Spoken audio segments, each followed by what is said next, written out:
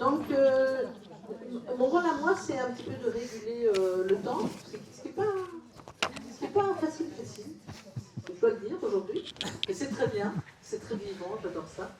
Et puis de vous présenter les personnes qui sont là. Bon, Étienne Chouard, vous l'avez déjà vu pour beaucoup d'entre vous ce matin. Mais il nous a rejoint ici pour l'après-midi. Marc Gauthier, que vous connaissez beaucoup. J'ai vu qu'il est. Voilà. Merci. Allez pas. Les mecs sont très de fans, c'est bien ce qu'il me semblait. Je les ai payés. Alors, Ouais, dehors. j'ai vu un bras d'honneur. Oui. Elle est accoutumée du fait. Excellent. Moi, je m'appelle Cécile Maïchak, pour les personnes qui ne me connaissent pas. Bravo Cécile. Et je suis la créatrice d'un événement qui s'est appelé le Doctoton, que certains d'entre vous connaissent, qui a réuni 300 docteurs pendant 24 heures non-stop. C'était fin 2022, puis on en a fait d'autres. Mais après, on a été très châteaubanné, donc censuré. Donc les autres sont moins connus. Mais on a quand même fait un Dosumani de 30 heures au sujet des soignants, de tout le personnel interdit d'exercer, qu'on a appelé les suspendus. On a fait 30 heures non-stop pour leur donner la parole. C'était fin 2023, si je ne me trompe pas, ou fin 2022. Fin 2022.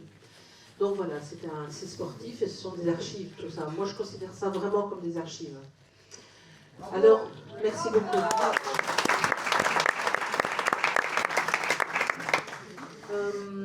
Marc Gauthier, je l'ai rencontré l'année dernière, il y a 2 ans, quand Christian Perron est venu. Et puis, on a été assez copains assez vite. Hein. Donc, je fais partie de son fan club aussi. Oui, un de nos copains. Et donc, il est juriste. Et il va nous parler de la démocratie. Et j'adore le titre qu'il a donné à sa conférence, c'est l'ère des traîtres. Oh. Alors j'adore ce titre, hein, moi ça m'a mis bien. Moi aussi.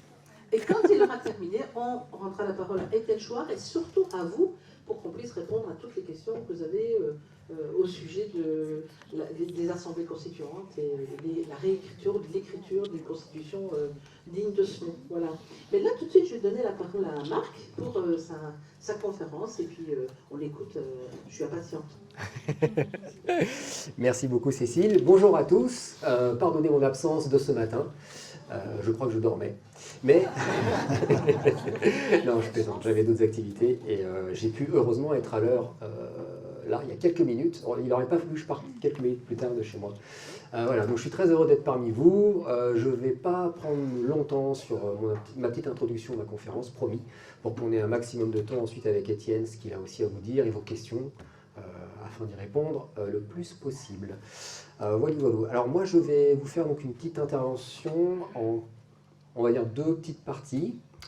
Celle qui m'intéressera un petit peu plus, même s'il faut que je vous présente quand même la première, ça sera la seconde, parce que cette partie sera développée un peu sur l'Union européenne, cette fameuse institution supra-étatique au-dessus des nations. Il y a pas mal de choses à en dire, et je me suis concentré sur 2-3 aspects. Voilà, alors, donc je commence, si j'ai la permission. Oui, très bien. Est-ce que ceux du fond nous entendent correctement ? Non, il faut que je monte. Ok. Bon, je vais crier un petit peu. Là, c'est un petit peu mieux peut-être. Ouais, c'est ok. Très bien. Alors, je commence. Alors, je suis assez d'accord pour commencer avec Étienne Chouard sur la définition qu'il donne. Ouais, ça coupe un peu, c'est pas grave. Sur, comment dire ? Ouais, c'est peut-être un peu mieux comme ça. Ouais, on va essayer. Sur comment est-ce qu'on définit réellement une démocratie. De nos jours, c'est quelque chose qui est complètement biaisé, dévoyé. Ça n'existe pas. Hein. On vous fait croire que ça existe, mais les beaux concepts existent, mais la concrétisation pratique, bien réelle, c'est juste du pipeau, hein. C'est juste du vent. On est vraiment dans une ère de plutocrate, c'est une plutocratie. Et le peuple est relégué à une sorte d'utilité via son bulletin de vote dans une urne qui lui donne l'illusion qu'il sert encore à quelque chose. Parce que si on vous retirait le droit de vote, vous ne seriez pas très content. Donc là-dessus, effectivement, on laisse une sorte de vitrine commerciale à ce que la démocratie puisse être affichée haut et fort, alors qu'en réalité, on viole ses principes et ses idéaux et ses fondamentaux depuis les origines. hein. Clairement, la démocratie parlementaire, c'est juste du vol. Alors moi, je suis connu pour ne pas avoir une langue de bois, hein. Je rentre directement dans le vif du sujet, et puis ensuite, si les gens veulent plus de détails que ceux que je peux donner à l'oral, parce qu'à l'oral, on est souvent limité, je donne des mémos documentographiques dans lesquels on a plusieurs sources, plusieurs ouvrages qui recensent énormément d'éléments, parfois des éléments qui viennent de documents déclassifiés secret défense, donc que les États conservaient secrets pendant quelques décennies, et ensuite les relâchent dans le domaine public. Ensuite, vous avez des chercheurs, des universitaires, des scientifiques, qui vont regarder ces sources et qui les mettent dans les ouvrages. Comme ça, quand vous voulez regarder ce qu'ils disent ou apprécier plutôt la véracité de leurs propos, vous pouvez vous référer à leurs sources qu'ils citent dans leurs ouvrages. Alors, n'étant pas là ce matin, je m'excuse si je fais quelques petites répétitions ou redites par rapport à ce que vous avez entendu, mais vu que les points sont assez courts, ça ne sera pas très dérangeant, je pense, pour vous. Alors, certains, ou peut-être tout le monde, se rappellent du fameux référendum de 2005, bien sûr. Et il n'y a pas eu que nous, hein, d'ailleurs, qui avons été un petit peu volés sur ce référendum par ce qui s'est passé par la suite. On nous a demandé de nous prononcer sur le traité constitutionnel européen. Finalement, c'est devenu le traité de Lisbonne quelques années après, où Sarkozy, en fait, a trahi clairement la voix du peuple et a décidé ensuite de faire ratifier avec la voix des parlementaires ce traité. Mais on n'a pas été les seuls, hein, les Français. Les Pays-Bas aussi, ils ont dit non. Et d'ailleurs, ils ont dit non plus que nous, parce que je crois qu'ils sont montés à quasiment 62% de non. Et pas comme nous, hein, je vous donne en mille, pas eu de surprise, pas eu de secret, et ils se sont vus voir opposer le traité de Lisbonne par la suite. Moi, j'appelle ça une trahison franche et directe de nos représentants politiques, qui nécessitera une lourde sanction, à minima une destitution pour le président à l'époque. Et ensuite, tous ceux qui ont voté oui avec une ratification du traité, pareil. Il y aurait probablement quelques petites infractions et aussi, même dans l'esprit, une violation de l'esprit constitutionnel aux Pays-Bas, donc, mais aussi en France. Alors, il n'y a pas que ces trahisons franches et directes qui se voient très facilement dans les activités de nos politiques. Il y a aussi des choses un peu plus subtiles, des choses qu'on ne fait pas trop attention quand on n'a pas trop le nez dessus. C'est le fait que les candidats à l'élection présidentielle, mais aussi les membres des gouvernements, eux, sont réellement adoubés, propulsés, mis en avant clairement par le système médiatique mainstream et avec la complaisance des journalistes. Et d'ailleurs, ces mêmes personnes, par la suite, rentrent dans des clubs privés, que ce soit le club de Bilderberg, que ce soit le Forum économique mondial de Davos, le club des 300, alors c'est pas à confondre avec mon collectif qui s'appelle un peu pareil, la trilatérale, etc. Enfin bref, il y a plein de sortes d'organisations un petit peu à côté de la voix démocratique des peuples. Et donc ces personnes-là sont acceptées dans ces clubs, et ensuite les politiques, d'après aussi certains chercheurs qui ont étudié ces questions-là, les politiques sont définis au sein de ces organisations, donc à côté de la voix des peuples, et on ne sait très peu ce qui se passe dans ces organisations-là. Parfois les ordres du jour ne sont même pas publics. Je crois que le club de Bilderberg, de mémoire, c'est d'ailleurs son cas, mais il n'y a pas que lui. A l'inverse, vous en avez d'autres qui sont complètement invisibilisés, et quand on ne peut pas trop les invisibiliser, on les décrédibilise, ou on les traite bien sûr de complotistes, de conspirationnistes. Il y en a un sacré paquet, ne serait-ce que sur l'échiquier politique français. Vous avez bien sûr Florian Philippot, mais vous avez aussi François Asselineau, et en fait leur taux d'occupation des médias est très faible, et voilà, c'est pas les seuls, et en fait ça fait partie justement du jeu, parce que lorsque les personnes disent des choses qui réellement remettent en cause les fondements même de la société dans laquelle vous vivez, eh ben c'est dérangeant. C'est dérangeant surtout lorsque tout ce qu'ils disent est dans les textes. Donc on peut retrouver en fait les éléments. C'est la deuxième partie sur laquelle j'interviendrai tout à l'heure en fin d'intervention. Alors, puisqu'on est dans l'ère des traîtres, je voulais justement vous rappeler, vous remémorer certaines petites choses, ou même vous les apprendre si vous ne les connaissez pas. En fait, les traîtres, ils ne sont pas uniquement, comme je vous ai développé ça en tout début, sur le plan purement politique. Les traîtres, ils sont partout, dans tous les échelons de la société. Vous avez les journalistes, je vais vous dire pourquoi. Vous avez bien sûr les médecins, je vais vous dire en quoi. Vous avez les politiques, je vous ai dit aussi en quoi. Vous avez les magistrats, avec les décisions qu'ils ont rendues. Donc c'est dans tous les piliers en fait, de la civilisation occidentale particulièrement, et toujours actuelle. Alors je vais vous donner quelques exemples, et vous allez voir, je ne vais pas avoir besoin de beaucoup développer pour que ça vous remémore certaines choses. Pour les journalistes, vous avez ce qu'on appelle la charte de Munich de 1971 sur les droits et les devoirs du journaliste. c'est une charte déontologique. Et j'ai relevé 2 devoirs qui particulièrement m'ont marqué par rapport à la crise Covid qu'on a connue ces dernières années. Devoir numéro 1, je vous les cite. La charte commence comme ça. Respecter la vérité. Bon, déjà, ok, si on prend du recul sur les 4-5 ans de la crise Covid, on peut déjà un peu se poser des questions, mais écoutez bien la suite. Respecter la vérité, virgule, quelles qu'en puissent être les conséquences pour lui-même, et ce, en raison du droit que le public a de connaître la vérité. Ok, très bien, ça c'est le devoir numéro 1. Devoir numéro 9, que vous pouvez mettre donc en relation avec ce devoir numéro 1. Ne jamais confondre le métier de journaliste avec celui du publicitaire ou du propagandiste. Non mais c'est dingue, parce que rien que quand j'énonce les devoirs, on voit tout de suite où est le malaise. On voit tout de suite où est le problème. Donc tous ces journalistes sur les médias mainstream, avec bien sûr les chaînes éditoriales qui sont derrière, hein, parce qu'on sait très bien à qui appartient les grands médias, c'est toujours les mêmes têtes, ils sont sur les doigts des 2 mains, ça se compte, c'est quelques milliardaires et d'organismes multinationaux privés, avec des liens d'intérêt bien sûr phénoménaux avec d'autres industries, que ce soit l'agroalimentaire, le business, les banques, l'immobilier, enfin bref, c'est une sorte de grande tentacule où ils ont tous des liens plus ou moins d'intérêt qui peuvent être vus dans les capitaux des sociétés. Dans le capitaux des sociétés, pardon. Mais bon, déjà, vous voyez que sur rien que le journaliste en lui-même, il y aurait tout à revoir, tout à refaire. Combien de journalistes, vous vous souvenez, ont demandé, lorsqu'ils faisaient venir sur les plateaux télé les médecins, les questions qu'ils auraient dû normalement poser tout de suite étaient « Qu'est-ce que vous avez comme lien d'intérêt en fonction du sujet que vous abordez ?» Et moi, je me souviens très peu, en fait, de personnes, déjà en tant que journaliste, qui ont posé la question, mais encore pire, je me souviens de très peu de médecins qui ont dit leur lien d'intérêt. Alors, pas tous en avaient sur les plateaux télé, mais il y a un sacré paquet qui en avaient. Et ils ne disaient pas du tout les liens d'intérêt qu'ils avaient avec certains laboratoires pharmaceutiques pour lesquels ils avaient été rémunérés pour des substances médicamenteuses qu'ils avaient approuvées quelque temps auparavant, etc. Donc là, vous voyez déjà le malaise. Et ça, c'est quelque chose qui ne vous saute pas aux yeux tout de suite. Parce que vous êtes devant la télé, et puis vous absorbez ce qui est dit, d'ailleurs souvent avec un seul narratif, et le b.a.-ba, en fait, est oublié. On passe ça complètement à l'as.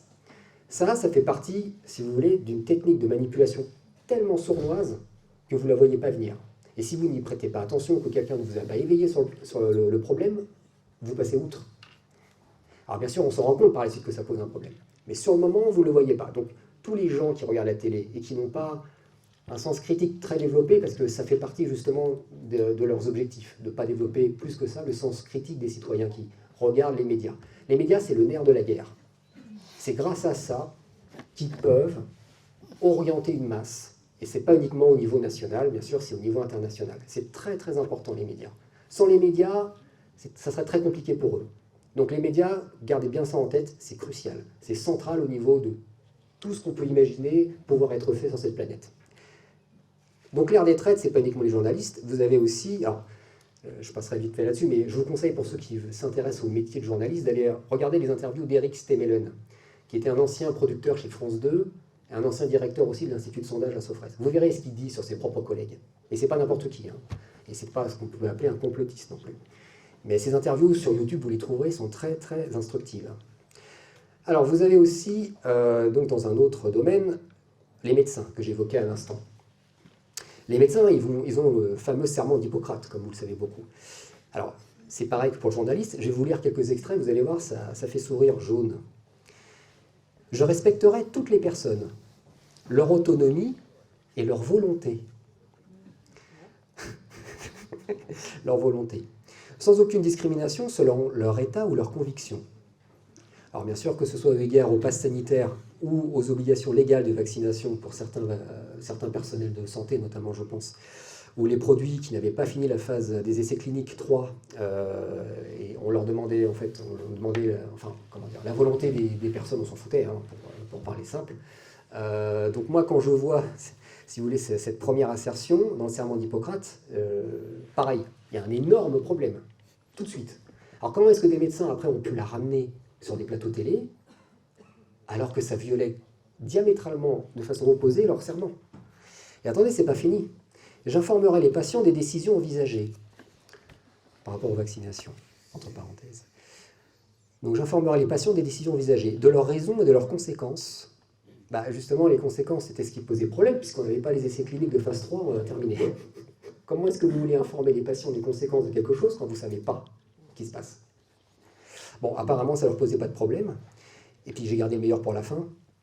Je ne tromperai jamais leur confiance et n'exploiterai pas le pouvoir hérité des circonstances pour forcer les consciences.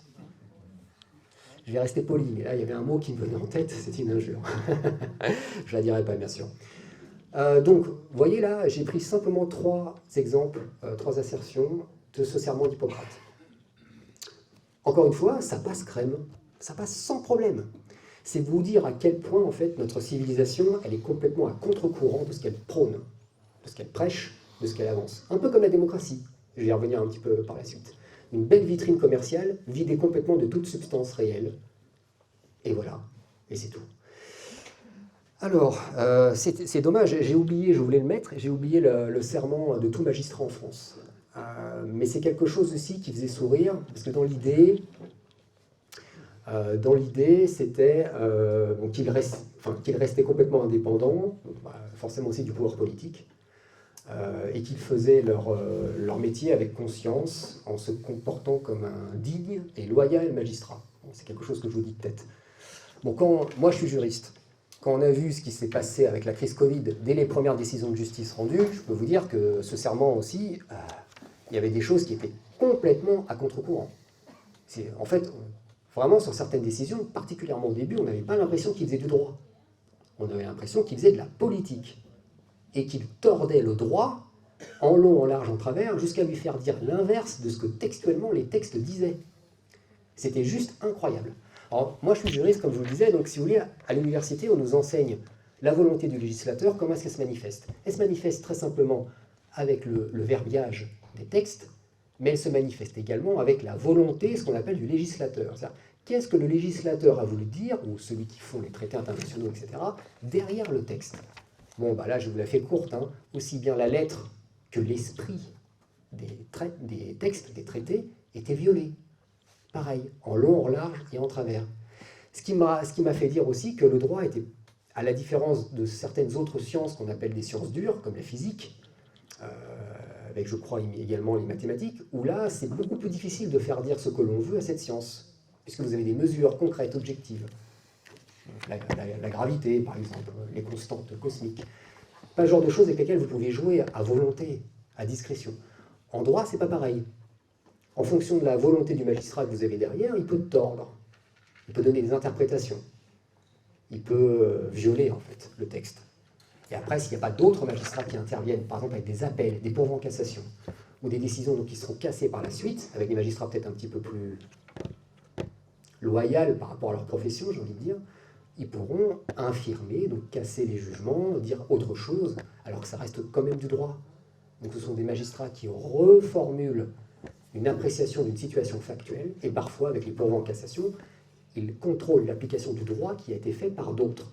Donc si c'était une science dure comme les mathématiques ou la physique, on n'aura pas besoin forcément de ça, même si bien sûr le débat scientifique est au cœur de toute science.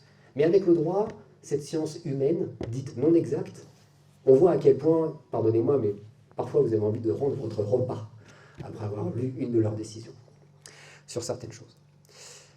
Alors donc, j'étais sur le référendum, qui est une trahison franche et directe de nos politiques. Tout le monde a ça en tête depuis l'année 2005. Je vous ai parlé des candidats aux élections présidentielles ou des membres de gouvernement, où c'est un petit peu plus subtil la façon dont la démocratie était violée ou était retirée au peuple.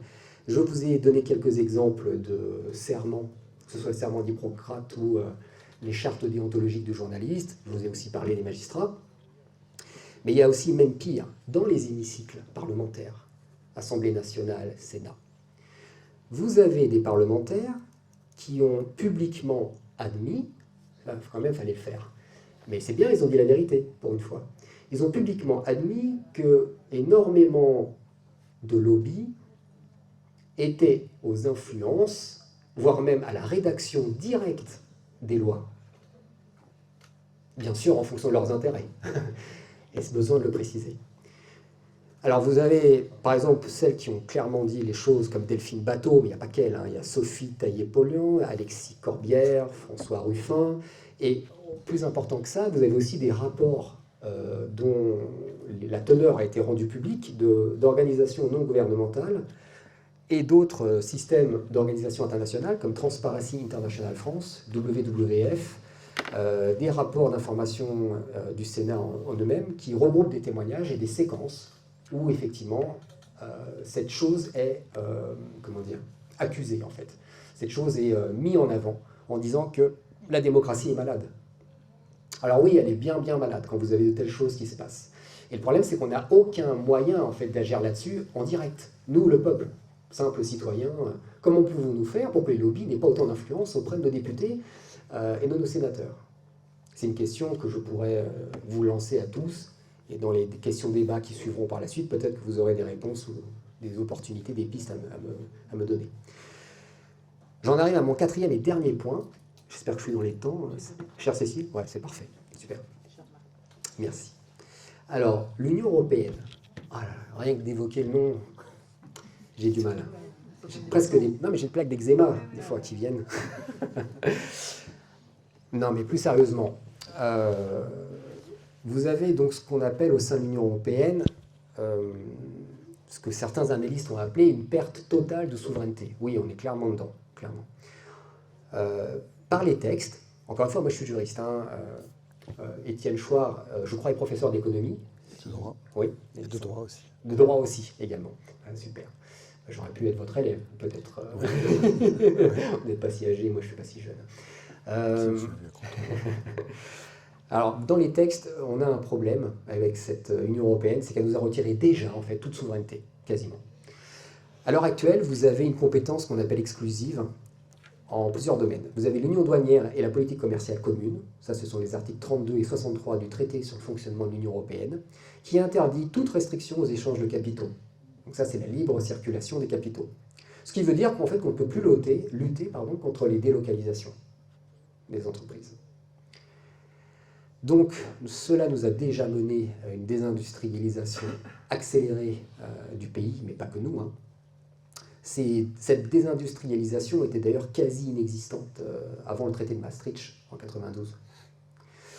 Avant, dans les années 60, 70, 80, lorsque vous vouliez délocaliser, il fallait obtenir l'accord, si je ne m'abuse, de la direction du Trésor, au ministère des Finances. Et c'est un peu pareil pour les entreprises qui voulaient venir implanter des usines sur le pays. On avait une sorte de droit, pas de veto, mais on pouvait justifier avec des arguments le refus ou l'acceptation. Et cela permettait de conserver un équilibre économique de nos productions industrielles sur le sol même de notre pays. Aujourd'hui, c'est plus possible. Et c'est plus possible, c'est parce qu'on a ces traités européens qui nous l'interdisent. Vous avez aussi une compétence exclusive de l'Union européenne en matière d'établissement des règles de concurrence du marché intérieur. Ça, c'est l'article 106 du traité sur le fonctionnement de l'Union européenne. Et là, vous avez en conséquence plus ou moins directe de ça, le démantèlement des services publics. Donc les privatisations, notamment rampantes d'EDF, de GDF, de La Poste et d'autres. Tout ça, c'est permis. Il faut bien avoir ça en tête. C'est permis par les traités européens qui nous interdisent de faire un peu de protectionnisme, on va dire légitime, par rapport à nos services publics nationaux. Vous avez aussi la politique monétaire de l'euro, où les taux d'intérêt, les grandes orientations de politique économique, qu'on appelle les GOP, le niveau de vie, la croissance, le chômage, l'emploi, les retraites, enfin tout quoi, sont gérés par un article 121 du TUE. Vous avez ensuite la conservation des ressources biologiques de la mer pour la politique commune de la pêche. Donc ça, ce qui va impacter directement les revenus des pêcheurs, etc. Et beaucoup de petits ports de pêche, depuis l'entrée en vigueur, en fait, progressivement de ces accords, ont commencé à ressentir la douleur bien profondément, on va dire. Alors, à côté de cette compétence exclusive, l'Union européenne a une compétence aussi partagée. Alors là, partagée, c'est un euphémisme parce qu'en fait, c'est elle qui a la primauté. Quand même dans ces autres éléments que je vais vous énoncer, et où en fait l'État ne peut intervenir que s'il est interrogé, et encore sur des petits sujets un peu connexes. Alors quels sont tous ces domaines nouveaux, enfin pas nouveaux, mais où l'Union européenne a une compétence partagée? Il y a 14 sujets majeurs. Alors les 14, je vous l'ai dit, c'est le marché intérieur, la politique sociale sous de très nombreux aspects, la cohésion économique, sociale, territoriale, l'agriculture, l'environnement, la protection des consommateurs, les transports, les réseaux transeuropéens, l'énergie, les questions de liberté publique, les questions de sécurité, la justice, l'immigration. Voilà, vous avez compris. Les enjeux communs de sécurité et de santé publique, donc oui, à peu près tout. en tout cas, tout, comme disait Monsieur Asselineau, que je cite ici, parce qu'il faut toujours citer ses sources, et là-dessus il avait raison, après avoir vérifié les articles dans les traités, tout de stratégique, tout ce qui est un enjeu fort, en fait, pour une nation et pour son destin. Alors oui, bien sûr, il va nous rester quelques petits sujets de société à traiter, et des sujets qui seront particulièrement clivants. Comme ça permettra de faire un peu de remue-ménage dans les médias, ça intéressera les gens qui n'ont pas eu beaucoup la chance d'obtenir ces renseignements, et puis comme ça permettra de continuer à amuser la galerie, alors que les vrais problèmes se règlent à Bruxelles, sans qu'on ait notre mot à dire. Alors après, vous me direz, quand vous êtes député, sénateur, pour 6 000 € net par mois, plus les avantages en nature, le prestige, les invitations sur les médias mainstream, les contacts avec les lobbies, et plus, si affinité, ça vaut le coup peut-être de fermer sa gueule. Pour rester un peu moins poli. Voilà, et puis ça, bien sûr, c'est de Mélenchon à Bardella en passant par Macron. Donc là, vous avez une trahison qui est peut-être moins franche et directe que le référendum de 2005, mais vous avez une trahison plutôt dans le silence, ou l'omission volontaire de ces gens. Les représentants de la nation n'ont donc quasiment plus aucun pouvoir de décision, et ils le savent pertinemment. Ils ne vous le disent pas parce qu'après, c'est leur propre poste qui sera menacé. Et on va dire que la soupe est bonne. Donc on ne va pas se dénoncer soi-même. Enfin, vous avez l'Union européenne qui a une compétence, on va dire, de coopération. Donc là, on a quand même une marge de manœuvre réelle.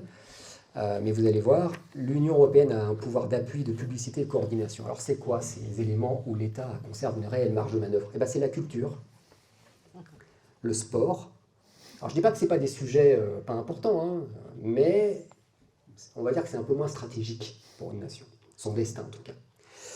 La coopération administrative, la formation professionnelle, la protection civile, l'amélioration de la santé humaine, donc là on voit que quand même Bruxelles et d'autres mettent leur nez dedans, l'éducation, mais qui a une grande force inertielle, mais même là, l'éducation sexuelle par exemple des enfants à l'école, ça vient également de choses un peu plus internationales, avec l'OMS, qui a aussi des liens avec l'Union européenne, et puis certains autres organismes.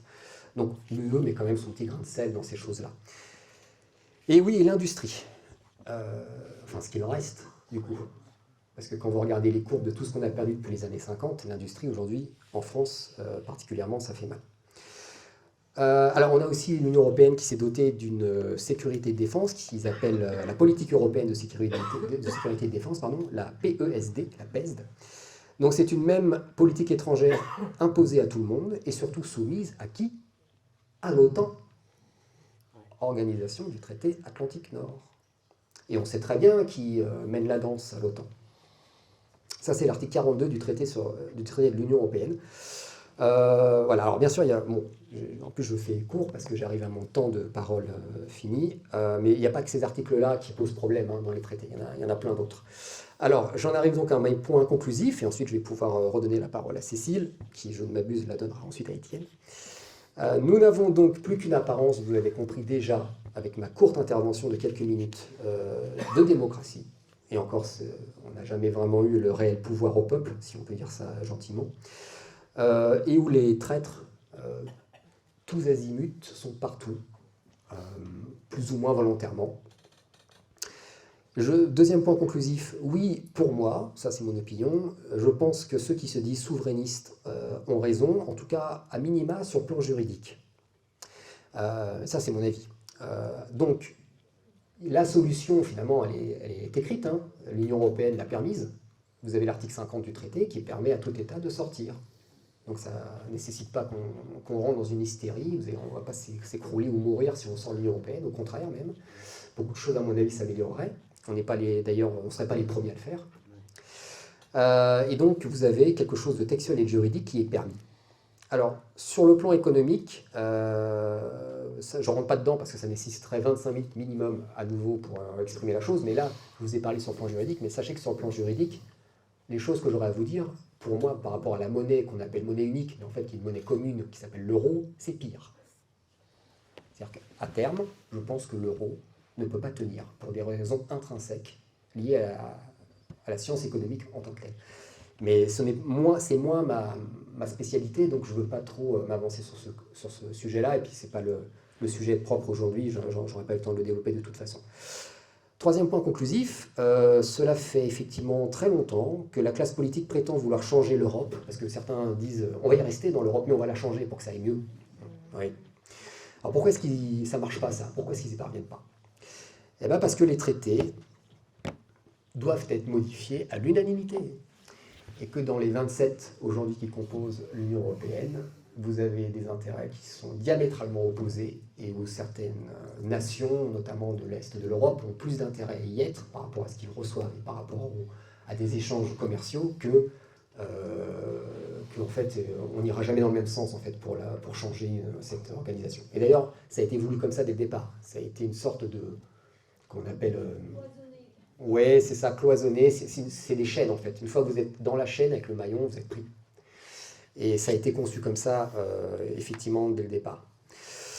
Voilà, donc je vous remercie de m'avoir écouté. Je vous dirai simplement, vraiment pour terminer, la chose suivante. Aujourd'hui, ça c'est mon opinion, mais je vous la partage, comme ça peut-être que ça pourra nourrir d'autres réflexions. Nous sommes encore, notamment à cause des médias, sur lesquels j'ai développé un petit peu plus longuement tout à l'heure. Aujourd'hui, au XXIe siècle, 2026, je crois que nous sommes encore dans une phase où le combat doit se mener d'abord par propager l'information. Propager les choses importantes qui sont dans le domaine public, qui sont vérifiables, prouvables, notamment avec des chercheurs, pas que universitaires, et qui mettent dans leurs ouvrages leurs réflexions avec leurs thèses. Alors, rien qu'avec ça, bien évidemment TF1, le journal du 20h, ça baisse que dalle, bien sûr, à côté de ça, mais les gens ne le font pas. Et ils ne le font pas parce que justement, les médias sont utilisés dans une sorte de guerre de 5e génération. Pour ceux qui ne connaissent pas le concept, je vous invite à aller regarder la définition de ce qu'est une guerre de 5e génération. Les médias sont moteurs, ils sont clés, ils sont au centre du système. Et c'est pour ça que les masses sont manipulées. Et c'est pour ça que vous avez énormément de pourcentage de population mondiale qui ne sont pas informés des vrais problèmes parce que les médias ont la main sur leur information. Donc leur esprit critique ne peut pas se faire. Et la seule solution, c'est d'abord de propager ces informations, entre guillemets, pas la bonne parole, mais la bonne pensée critique, afin que les citoyens puissent se faire leur opinion par la suite, mais au moins une opinion qu'on appellera éclairée, documentée, qui peuvent être retracées et prouvées. Aujourd'hui, je pense qu'on est toujours dans cette phase, parce que c'est hyper long en fait de changer toute une planète, de changer tous les esprits des gens qui l'habitent dans un certain sens, ou en tout cas les éveiller à une certaine réalité, ça prend du temps, ça prend énormément de temps, surtout quand le système dans lequel vous vivez est déjà orienté à l'inverse de ça. C'est pour ça qu'on est toujours là en 2026 aujourd'hui, c'est pour ça que parfois on se sent seul, parce que c'est pas à TF1 que vous allez voir les choses que je vous dis là aujourd'hui, que M. Étienne Chouard aussi s'efforce à dire depuis des années. Voilà. Je vous remercie de m'avoir écouté et vive le combat. Merci à vous.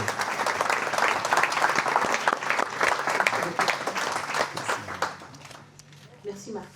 Alors c'est vrai cette question de la solitude qui voilà, souvent on se sent seul. Et c'est vrai que c'est quelque chose qui me touche très très fort. Moi, ça. Je sais qu'il y a énormément de gens qui souffrent au quotidien de solitude parce qu'ils ont compris beaucoup de choses et qui ne trouvent pas nécessairement quelqu'un avec qui parler de cette difficulté. Quoi, hein. Et puis alors parfois on a l'impression de pas du tout être dans le même monde. Enfin on se dit mais c'est pas ma vie, ça c'est pas mon monde. Enfin c'est vrai que ça fait quelquefois c'est très très dur à vivre. Je me rends bien compte de ça. Donc ici c'est très bien, on se réunit, c'est l'occasion de se sentir un peu moins seul. Et puis il y a des associations qui existent comme Corse Humaniste, que d'ailleurs je remercie d'être là et de nous avoir invités aujourd'hui. Et puis il y en a d'autres, VIAC 19, il y a vraiment beaucoup de gens qui se préoccupent de ça. Donc allez vers ces associations, accueillez les gens qui se sentent très seuls, parce que c'est vrai qu'il y en a plus qu'on pense. Et moi j'ai eu une surprise avant de donner la parole à Étienne, je vais quand même raconter ça. Quand on était en manifestation en 2021, on est là, on est dans la rue, vraiment, on va tout changer. Et puis à un moment, il y a une dame qui arrive devant moi et qui me dit « Bonjour Cécile ». Et là, je la regarde et mon cerveau ne voulait pas me dire qui était cette femme en fait. Pourtant, j'ai une assez bonne mémoire des noms, mais là, rien à faire. Ça ne voulait pas. Et c'était ma voisine d'en face. Et en fait, je l'imaginais tellement pas en manif, mais pas du tout, c'est une petite bourgeoise comme ça. J'aurais jamais imaginé qu'elle serait là. Et donc elle était juste devant moi, et je ne la reconnaissais pas, c'est la voisine d'en face. Et on peut avoir des surprises comme ça. Alors je vous donne un petit truc que j'ai moi, et qui fait que je me sens un petit peu moins seule souvent, quand je vais faire des courses, ou enfin j'en sais rien, moi quand je parle avec les gens dans la rue, sur le marché. J'ai une petite phrase, c'est une petite astuce que j'utilise quand les gens râlent sur le prix des tomates ou j'en j'en sais rien, enfin, aujourd'hui c'est pas des tomates, mais peu importe. Le prix des vaccins. Le prix des vaccins, quand les gens râlent sur tout ça, le prix de l'essence, ou j'en sais rien, moi je dis, je commence à me demander si les complotistes n'avaient pas raison. Et en fait, ça a un impact dingue, ça ouvre sur des échanges qu'on n'imagine même pas. Voilà. Et je vous l'offre cette phrase parce que ça, vraiment, ça donne l'occasion de parler avec les gens. On est très surpris en fait de leur réaction. Voilà. Oui, ça marche bien, ça marche super bien. Merci beaucoup, Marc. Merci Cécile, merci à vous. Oui. Alors, je vais tendre le micro à Étienne, hein, qui a fini sa sieste. Je me suis dit, parce qu'on s'est bien rendu compte, hein, tous les deux, ce matin, que vous avez beaucoup de questions, vous avez beaucoup de questions que vous avez envie de poser. Il y en a 2-3 qui sont là. Il était prévu que cet après-midi, il y ait une conférence débat, mais on a décidé là pour commencer avec vos questions. Donc, on va commencer par là, et puis on verra en fonction du temps qui reste, la conférence, quelle tournure elle prendra. Mais on va commencer avec vos questions. Donc, elles sont les bienvenues, et je tends le micro à Étienne. Merci, mais alors si je parle, on commence pas par les questions. Alors. Mais si il y en a 3 là. Il y a d'autres micros qui... Ah oui. Alors, sur la question sur les syndicats, on me demande est-ce qu'on ne devrait pas utiliser les syndicats pour tester comme terrain de jeu pour le tirage au sort. En fait, les démocrates ont souvent cette tentation, parce qu'ils sont honnêtes, de tester dans leurs organisations ce qu'ils prônent pour la cité. En disant, si on prône la démocratie dans le pays, il faut bien qu'on soit capable de se l'appliquer à nous-mêmes. Or, il y a des bonnes raisons de ne pas faire ça. D'abord parce que ça ne marche pas dans nos organisations qui sont trop petites pour appliquer le tirage au sort. En fait, vous avez dû remarquer, si vous êtes déjà dans des associations, que la plupart du temps, il y a 5%, dans le meilleur des cas, 10% des gens qui travaillent dans une asso. Même si tout le monde est bien intentionné, il y en a peu qui travaillent. Et si vous tirez au sort les responsables, ceux qui doivent travailler, et que vous désignez les gens qui ne veulent pas, en fait, ils se barrent, ils s'en vont, ils quittent l'association. C'est étonnant parce que c'est des gens qui, au contraire, si ceux qui travaillent disparaissaient, pris par autre chose, partent à l'étranger, quittent l'association, ces gens-là, ils vont se mettre à travailler les autres. On va trouver dans les 90% ou 95% qui ne faisaient rien, on dirait que, et c'est comme ça dans toutes les organisations et partout sur Terre, c'est assez étonnant, c'est comme si c'était une qualité anthropologique. En fait, ça fait partie de nous.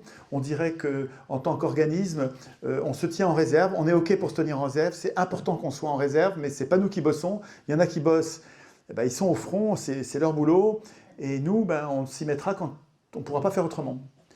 Et donc, quand on les tire au sort, ça ne marche pas du tout, en fait. Ça ne correspond pas à leur schéma, il y en a plein qui se barrent et ça ne va pas. Il y a une deuxième raison de ne pas exposer comme ça nos organisations, c'est le risque d'infiltration, de noyautage et de dévoiement finalement de nos organisations. Imaginez que nous fabriquions un magnifique parti démocratique qui commence vraiment à marcher avec les gens qui adhèrent et on est nombreux et on va finir par gagner les élections alors qu'elles sont faites pour qu'on perde mécaniquement. Imaginez que ça arrive, les riches vont avoir, les riches, je parle des ultra-riches, je parle des milliardaires, vous connaissez la différence entre les millions et les milliards. Le million, c'est 1 mètre de billet, 1 mètre de hauteur de billet de 100, donc les billets de 100 tout neufs, ça fait 1/10 de millimètre, donc 1 million, ça fait la hauteur d'une table, 1 mètre, et 1 milliard, c'est 3 fois la hauteur de la Tour Eiffel, donc c'est 1000 millions, c'est 1000 mètres, donc la Tour Eiffel, c'est 300 mètres. Tour Eiffel, c'est 300 mètres, et donc 1 kilomètre, ça fait 3 fois la hauteur de la Tour Eiffel en billets de 100 serrés tout neufs.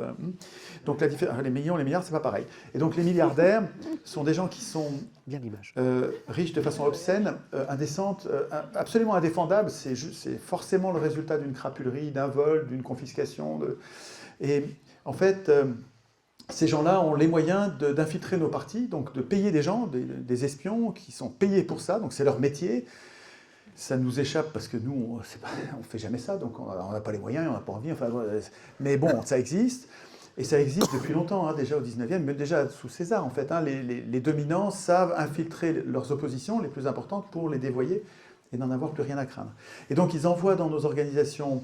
Alors, vous voyez arriver des gens qui sont super sympas, très compétents, ils savent vachement bien le boulot, ils sont dévoués, ils ont du temps, ils nous font gagner des combats, ils passent pour nous à la télé, ils sont d'excellents porte-parole. Non mais on n'attend que ça, quoi, hein. Nos organisations n'attendent que ça, on les voit arriver, on leur donne des responsabilités, ils montent dans notre hiérarchie, ils finissent par prendre des décisions, et ça nous aide, tout va bien jusqu'ici. En fait, ils sont en train de noyauter, ça s'appelle, donc de prendre la place dans l'organisation. Et puis commence la dévastation. Alors là, ça peut être soit ils font du zèle, ils exagèrent tellement que ça pourrit le mouvement, ou bien au contraire, ils freinent et on n'arrive pas à prendre les vraies bonnes décisions parce qu'ils freinent, ou bien ils sèment la zizanie en jetant les uns contre les autres. Enfin, il y a 1000 façons ensuite de dévoyer le mouvement et de le con. Et donc en fait, nos mouvements démocratiques, tant qu'il y a des gens assez puissants pour les corrompre, ils sont extrêmement fragiles. Et donc, si on utilise des procédures démocratiques vraiment à 100%, en fait, on se fragilise tellement qu'on se... En fait, c'est comme un suicide. Dans une vraie démocratie, je vais caser une petite ligne des merveilles que j'ai trouvées dans la Constitution, du projet Constitution pour la Corse écrit par Rousseau, dont je vous parlais ce matin. Il y a une perle, en fait, c'est une idée que Rousseau utilise dans d'autres livres. Il dit dans une démocratie, un régime bien pensé, il faudrait que personne ne soit assez pauvre pour avoir à se vendre et personne soit assez riche pour pouvoir acheter quelqu'un d'autre. Et en fait, ça fait une espèce de cap, une boussole. C'est vrai que dans une démocratie bien instituée, on éviterait les très grandes inégalités qui conduisent les uns à se vendre et les autres à acheter. Et une fois qu'on aurait une démocratie instituée de telle façon, il n'y aurait plus personne capable d'acheter, et là, on pourrait avoir des organisations qui ne seraient pas achetables puisqu'il n'y aurait plus de riches. Donc voilà, alors sur les syndicats, utiliser le tirage au sort dans nos institutions, on peut le faire, mais enfin, il ne faut pas en faire un mantra en disant si on ne le fait pas, on ne sera pas démocratique, on ne sera pas exemplaire. Je pense que c'est pas nécessaire et pas conseillé en fait, parce que ça nous expose trop. C'est une réponse trop longue, comme d'habitude, hein, vous avez l'habitude depuis ce matin.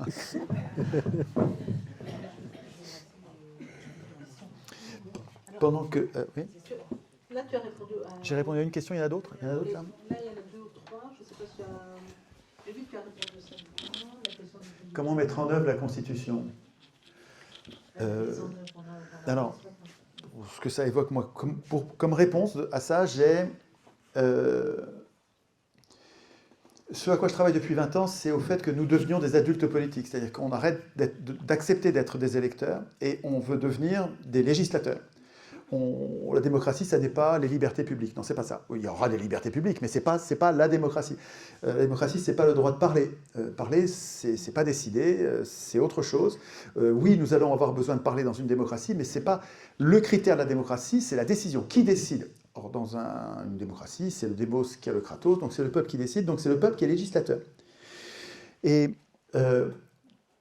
pour que nous arrivions à instituer une démocratie, il faut que nous devenions constituants, c'est-à-dire que nous soyons capables d'instituer nous-mêmes la démocratie. On est les seuls, nous les représentés, à être capables et légitimes, c'est deux choses différentes, hein, on est les seuls à être capables et légitimes d'instituer les règles de notre propre représentation. Ce n'est pas aux élus de faire ça. Nos représentants, quand nous négocions, il faut comprendre, la Constitution, c'est comme un contrat social, et un contrat entre nous, les représentés. Et les représentants ne sont pas au contrat social, parce qu'ils n'existent pas encore. Il faut comprendre que quand on réfléchit à la Constitution, on se demande, est-ce qu'on va même avoir des représentants? Donc, ils n'existent pas. Pendant le processus constituant, il faut comprendre qu'il n'y a pas de représentants encore. Il n'y en a pas encore. Il va y en avoir probablement, mais on n'est pas sûr qu'il va y en avoir. Et donc, la Constitution, ce n'est pas un contrat entre les représentants et les représentés. Ce n'est pas un contrat entre les électeurs et les élus. Pas du tout, du tout. C'est un représentant. C'est un contrat entre nous qui va faire émerger des représentants. Donc, il faut qu'on devienne constituant. Et quand on va être... Ça ne suffit pas. Parce que ce n'est pas la Constitution qui va nous émanciper. C'est le fait que nous soyons des constituants, le fait que nous soyons des soldats démocratiques capables de défendre ce texte, capables de l'écrire, de le rédiger, de le voter, de le faire appliquer Donc de le défendre. Si vous avez une très très bonne constitution, vous allez donner à quelques experts le droit d'écrire la puissance, la légitimité, parce que vous les avez élus ou nommés. Vous allez donner à quelques experts la possibilité d'écrire une constitution. Si vous n'êtes pas constituant, si vous continuez en fait à déléguer comme aujourd'hui, quoi, vous continuez à dire c'est pas mon problème, cette constitution elle va être foulée aux pieds, elle va être traitée comme un paillasson par ceux qui ont le pouvoir, ils vont la dévoyer, ils vont contourner, ils vont s'autonomiser les pouvoirs. Donc il faut vraiment... vous ne ferez pas l'économie de ce travail. Je sens bien, alors je vous dis quelquefois quand je suis un peu désespéré, un peu en colère, je vous en veux de ne pas devenir militant, quoi, actif, de vous engager, de vous y coller. Je vous dis, mais vous êtes paresseux ou quoi, hein. En fait, vous en sortirez pas sans devenir constituant.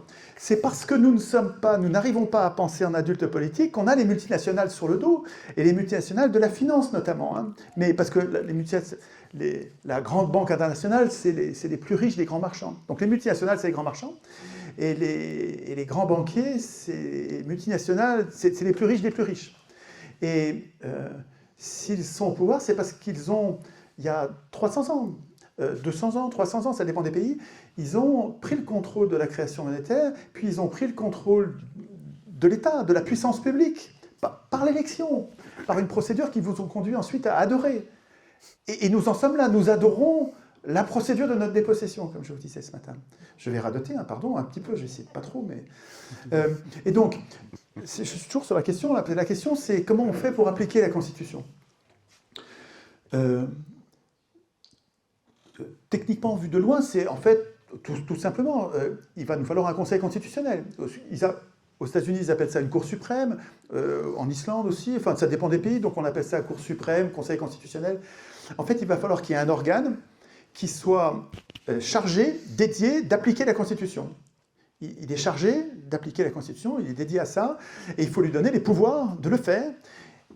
Et il faut, j'ai gardé le plus important pour la fin, il faut qu'il soit populaire. Aujourd'hui, le Conseil constitutionnel, c'est des gredins, des bandits, des grigous, des fripouilles, des crapules. C'est une bande de vieux lascars qui sont des anciens présidents de la République, donc c'est des anciens traîtres, et qui sont là encore pour vérifier que aucune loi favorable à la population, aucune loi émancipatrice ne passera. Vous savez que le Conseil constitutionnel reçoit en secret les multinationales, comme BlackRock ou autres, et ça c'est tellement connu, c'est tellement courant que ça a un nom, ça s'appelle les portes étroites. Les portes étroites, c'est la procédure par laquelle le Conseil constitutionnel reçoit en secret, on ne sait pas qui participe, il n'y a pas de verbatim, il n'y a pas de retranscription, donc il n'y a aucun contrôle de ça. De toute façon, le Conseil constitutionnel il est hors contrôle, hein, il n'y a pas de recours contre le Conseil constitutionnel. Le Conseil constitutionnel décide, et puis vous n'avez rien à dire de ce qu'il va décider. Mais c'est extravagant, ce truc. Et en fait, c'est le gouvernement des juges. Ce que les anciens redoutaient le plus. Hein. Il y a longtemps qu'on sait qu'il ne faut pas qu'il y ait le gouvernement des juges, ça ne va pas du tout, c'est super dangereux. Mais on y est, le Conseil constitutionnel, quand une majorité de parlementaires pressés par la population pour faire interdire les... comment ça s'appelle? C'est les néonicotinoïdes, là? Comment ça s'appelle? Les pesticides terribles qui tuent les abeilles. Enfin, on arrive à avoir une loi contre, tu as les multinationales qui passent chez le Conseil constitutionnel, et puis qui font que le Conseil constitutionnel annule cette loi. Même le peu de lois qui seraient utiles, le Conseil constitutionnel les fait. Bon, bref, en fait, pour répondre à la question, ce qu'il faut, c'est remplacer... Enfin, c'est à nous d'écrire, hein, à nous d'écrire les institutions, dans lesquelles on va prévoir un article. Le Conseil constitutionnel est composé de 1000 personnes tirées au sort, qui sont les citoyens, et qui délibèrent sur tous les problèmes d'application de la Constitution. Donc la surveillance de tous les pouvoirs. Donc les chambres de contrôle seraient peut-être prises dans ces 1000. Les chambres de contrôle populaire des juges, chambres de contrôle populaire des médias, chambres de contrôle populaire de la monnaie, chambres de contrôle populaire des ministres, chambres de contrôle populaire de tous les agents publics, en fait. Hein. Chambres de contrôle des journalistes. En fait...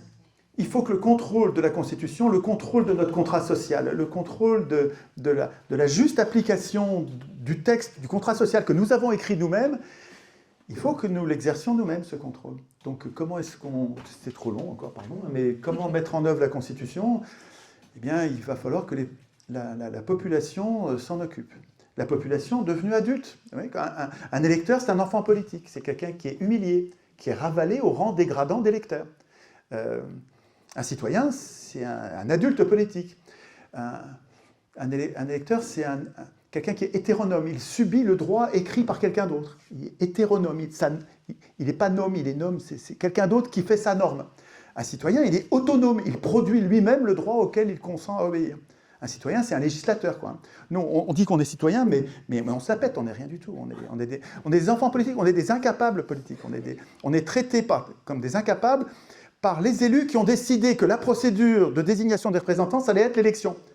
Ce sont des élus, en 1789, qui ont décidé que nous allions nous contenter d'élire. Voltaire, qu'on nous présente comme l'alpha et l'oméga de la tolérance, de l'intelligence, de l'humanité, de la générosité, de l'esprit français, les Lumières. Voltaire disait, quand la populace se mêle de pensée, tout est perdu.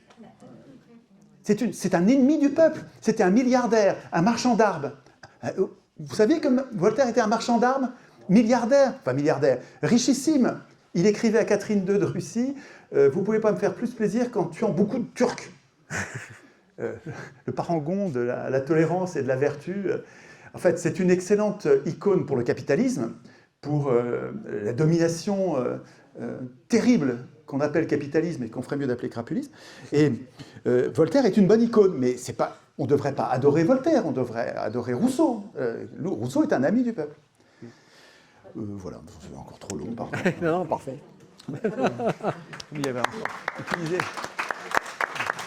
Si vous avez des questions dans la salle, c'est vraiment le moment.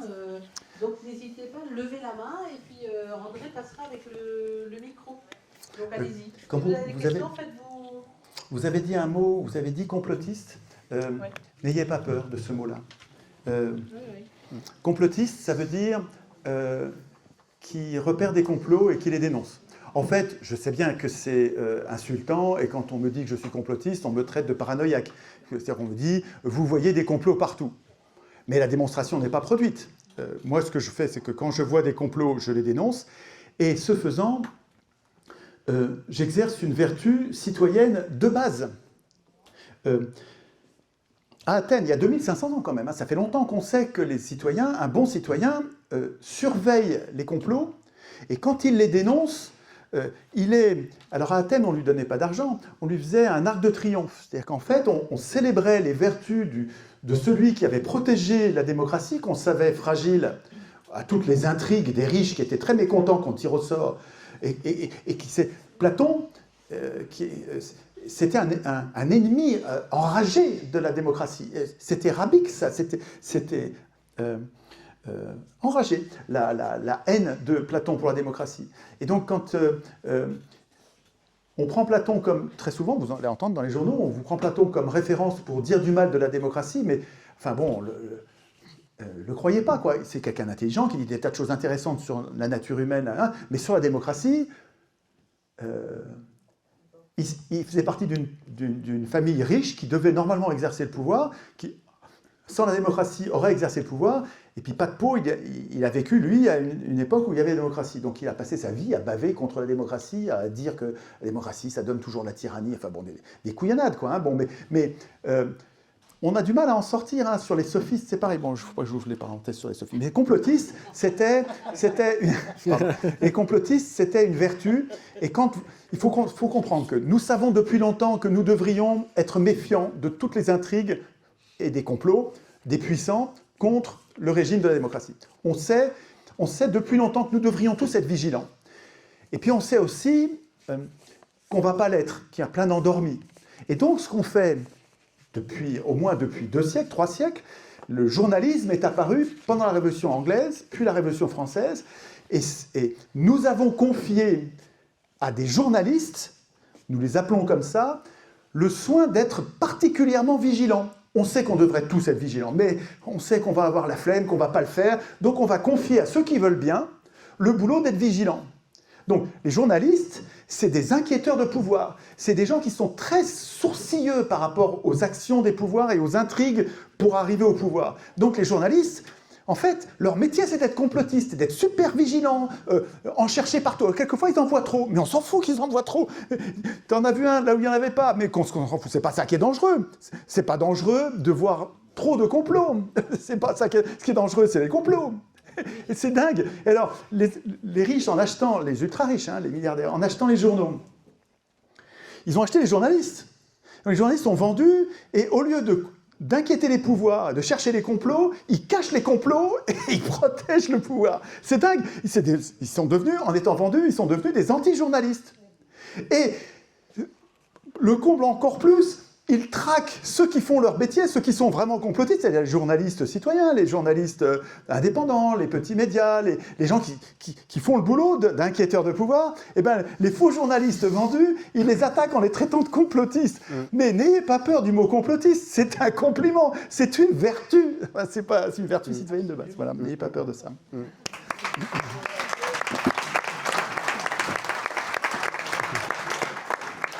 Alors, on a encore, voilà, il y a une première question là-bas, donc on a du temps pour les questions. On a un petit sujet après qu'on aimerait bien gratouiller un petit peu. Un vrai bon mais gros on truc. laisse quand même, on veut laisser le temps à vos questions.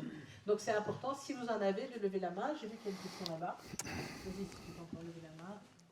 Alors en fait, Ah c'est bah, pas le tout- c'est micro, pas il tout à est- fait une question. Je vais vous amener le micro. Non, mais Non, ça non, fait- on vas-y. amène le micro, madame. Sinon, chacun va prendre la parole. Excusez-moi. Je voudrais C'est dire le un mot bâton, c'est le d'abord. bâton de parole. André, Je voudrais dire un mot d'abord, en complément de ce matin. D'abord, les élus. Il faut que vous sachiez, pour ceux qui ne le savaient pas, qu'aujourd'hui, normalement, il aurait dû y avoir un débat, avant nous tous, un débat entre Étienne, Marc et des élus, ou des candidats.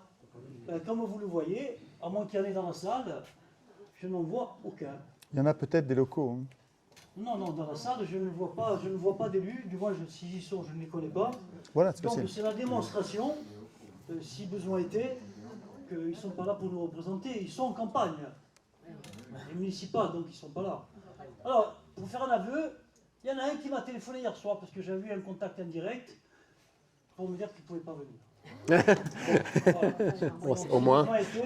Ensuite, un tout petit mot aussi. Je reconnais beaucoup de visages parmi vous, mais il y en a quand même des nouveaux, donc ils ne nous connaissent pas. Magali a fait une petite présentation ce matin de Corse Humaniste, je ne vais pas refaire l'historique, mais il y a juste un aspect de notre association que je voudrais vous rappeler. Créée le 3 mai 2023, je crois que c'est Anita qui nous avait soumis l'hypothèse de créer une association sans président, c'est-à-dire un conseil collégial. C'est ça que nous avons envie de vous dire à chaque fois. Et le conseil collégial, il n'y a personne qui prend des décisions tout seul, même des choses anodines qui pourraient être évidentes pour tout le monde. On s'appelle, on a créé un groupe Telegram pour communiquer entre nous, où il n'y a pas de... Enfin, il n'y a rien qui va polluer ça. On ne fait qu'échanger ce qu'on a envie de se dire. Et c'est comme ça que nous fonctionnons. Pour toutes les décisions, c'est le conseil collégial qui décide. Un petit clin d'œil à Étienne. Sans le vouloir, nous faisions déjà un atelier constituant. Exactement. Voilà. Ouais, c'est Maintenant, vrai. la première... Dominique.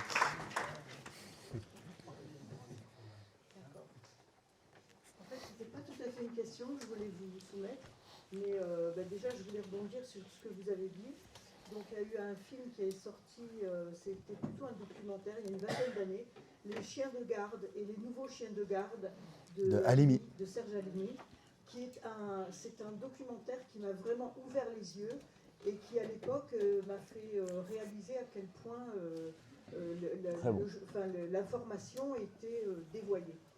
Et la deuxième remarque que je voudrais faire, c'était, j'ai entendu il y a quelques mois, Étienne, tu en parlais ce matin, de la chaîne Élucide, Oui. un monsieur dont j'ai oublié le nom, qui n'est pas connu, Olivier qui de... a fait une grande intervention qui durait plus d'1h30, au sujet justement de ce que vous parliez tout à l'heure par rapport à l'Union européenne, et qui a développé en long, en large et en travers tous les dévoiements de l'Union européenne et tout ce pourquoi ça ne peut pas fonctionner. C'est pas Camille Voilà.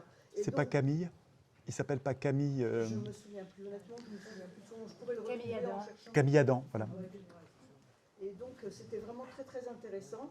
Et ce que je voudrais dire à tous ceux qui nous écoutent là, c'est qu'en fait, on a un grand rôle quand on écoute des médias alternatifs. Nous, on n'a pas la télévision, on n'écoute que des médias alternatifs, dès qu'on entend des informations qui peuvent servir aux autres, eh bien, on transfère à tous ces contacts de façon à ce que ces informations-là puissent circuler en dehors des circuits habituels. Ouais. Là, c'est moi qui vous applaudis. Là. Ah.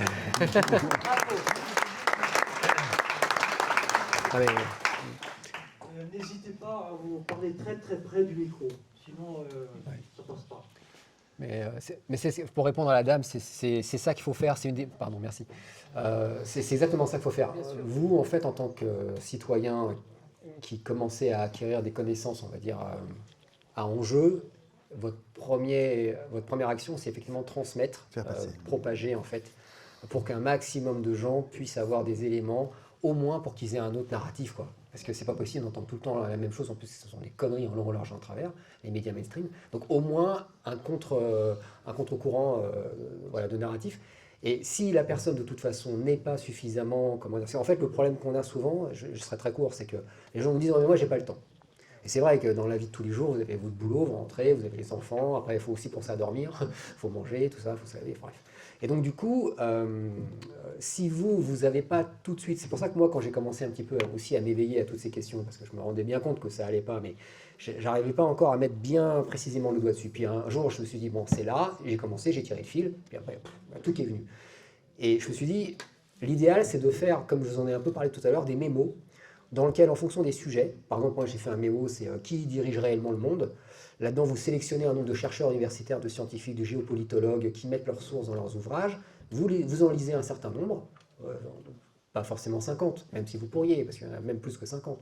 Mais vous en lisez un certain nombre de différents auteurs, vous les recoupez entre eux, vous croisez, vous analysez leurs sources, et là, vous pouvez après comparer avec TF1, ou LCI, etc.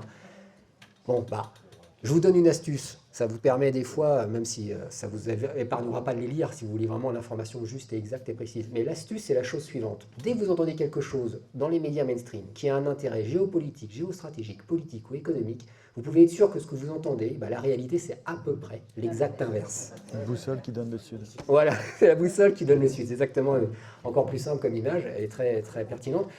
Voilà, et ça, c'est vrai pour n'importe quel sujet. L'Ukraine, par exemple. Moi, c'est pareil, je connais un peu le sujet un peu en profondeur parce que j'ai justement des éléments qui faisaient partie un petit peu de l'avant-pénétration de la Russie en Ukraine, qui remontent même jusqu'à avant 2014. Bon, voilà, c'est un pur exemple. Ce que vous entendez dans les médias, par exemple, sur ce sujet de l'Ukraine, c'est l'inverse dans la réalité. Et là, après, pour prouver que c'est l'inverse aux gens à qui vous donnez l'information, vous donnez les mémos. Les documents orthographiques, vous avez toutes les sources, les chercheurs, etc. Donc il y a ce mémo-là, qui dirige réellement le monde, super intéressant à mon avis, vous avez pas mal de sources pertinentes, et puis vous avez un autre, c'était les réseaux pédocriminels, pédosatanistes au sein des cercles de pouvoir. Ça aussi, ça fait mal, hein. Et quand vous donnez ce genre d'informations à des personnes, vous pouvez tout de suite tester leur réelle volonté de savoir ou pas. Mais au moins, ils peuvent se décider en connaissance de cause. Voilà. Mais c'est ce qu'il faut faire, c'est la première action, propager. Passer de nouveau le micro. On me rappelle, j'ai oublié de vous signaler que normalement cette réunion aurait dû avoir lieu dans un amphithéâtre à Corté. Alors pourquoi Corté? Bien évidemment, sa position centrale. Et Corté, il y a des amphithéâtres de toutes les tailles. On nous avait promis, et pas par n'importe qui dans la hiérarchie de la faculté de Corté, de l'université de Corté, on nous a demandé de faire une demande écrite. Et évidemment, vous avez compris, et si on est là, c'est qu'on nous l'a refusé. En 2 phrases, nous avons bien reçu votre demande, nous pouvons donner suite à votre demande, cordialement. Vous l'interprétez comme vous voulez. C'est assez succinct pour être révélateur. Merci. Je voudrais... Oui, c'est bon. Je voudrais juste rebondir sur ce qu'a dit Marie-Jeanne. Marc. Oui. Voilà, Marc et puis Dominique. Alors c'est vrai tout ce qu'elle a dit sur les réseaux, sur les sites alternatifs. Moi je ne m'informe plus que là-dessus. Et justement, je trouve que sur certains sites, on arrive à entendre par exemple Étienne Chouard sur certains sites, et sur d'autres, jamais.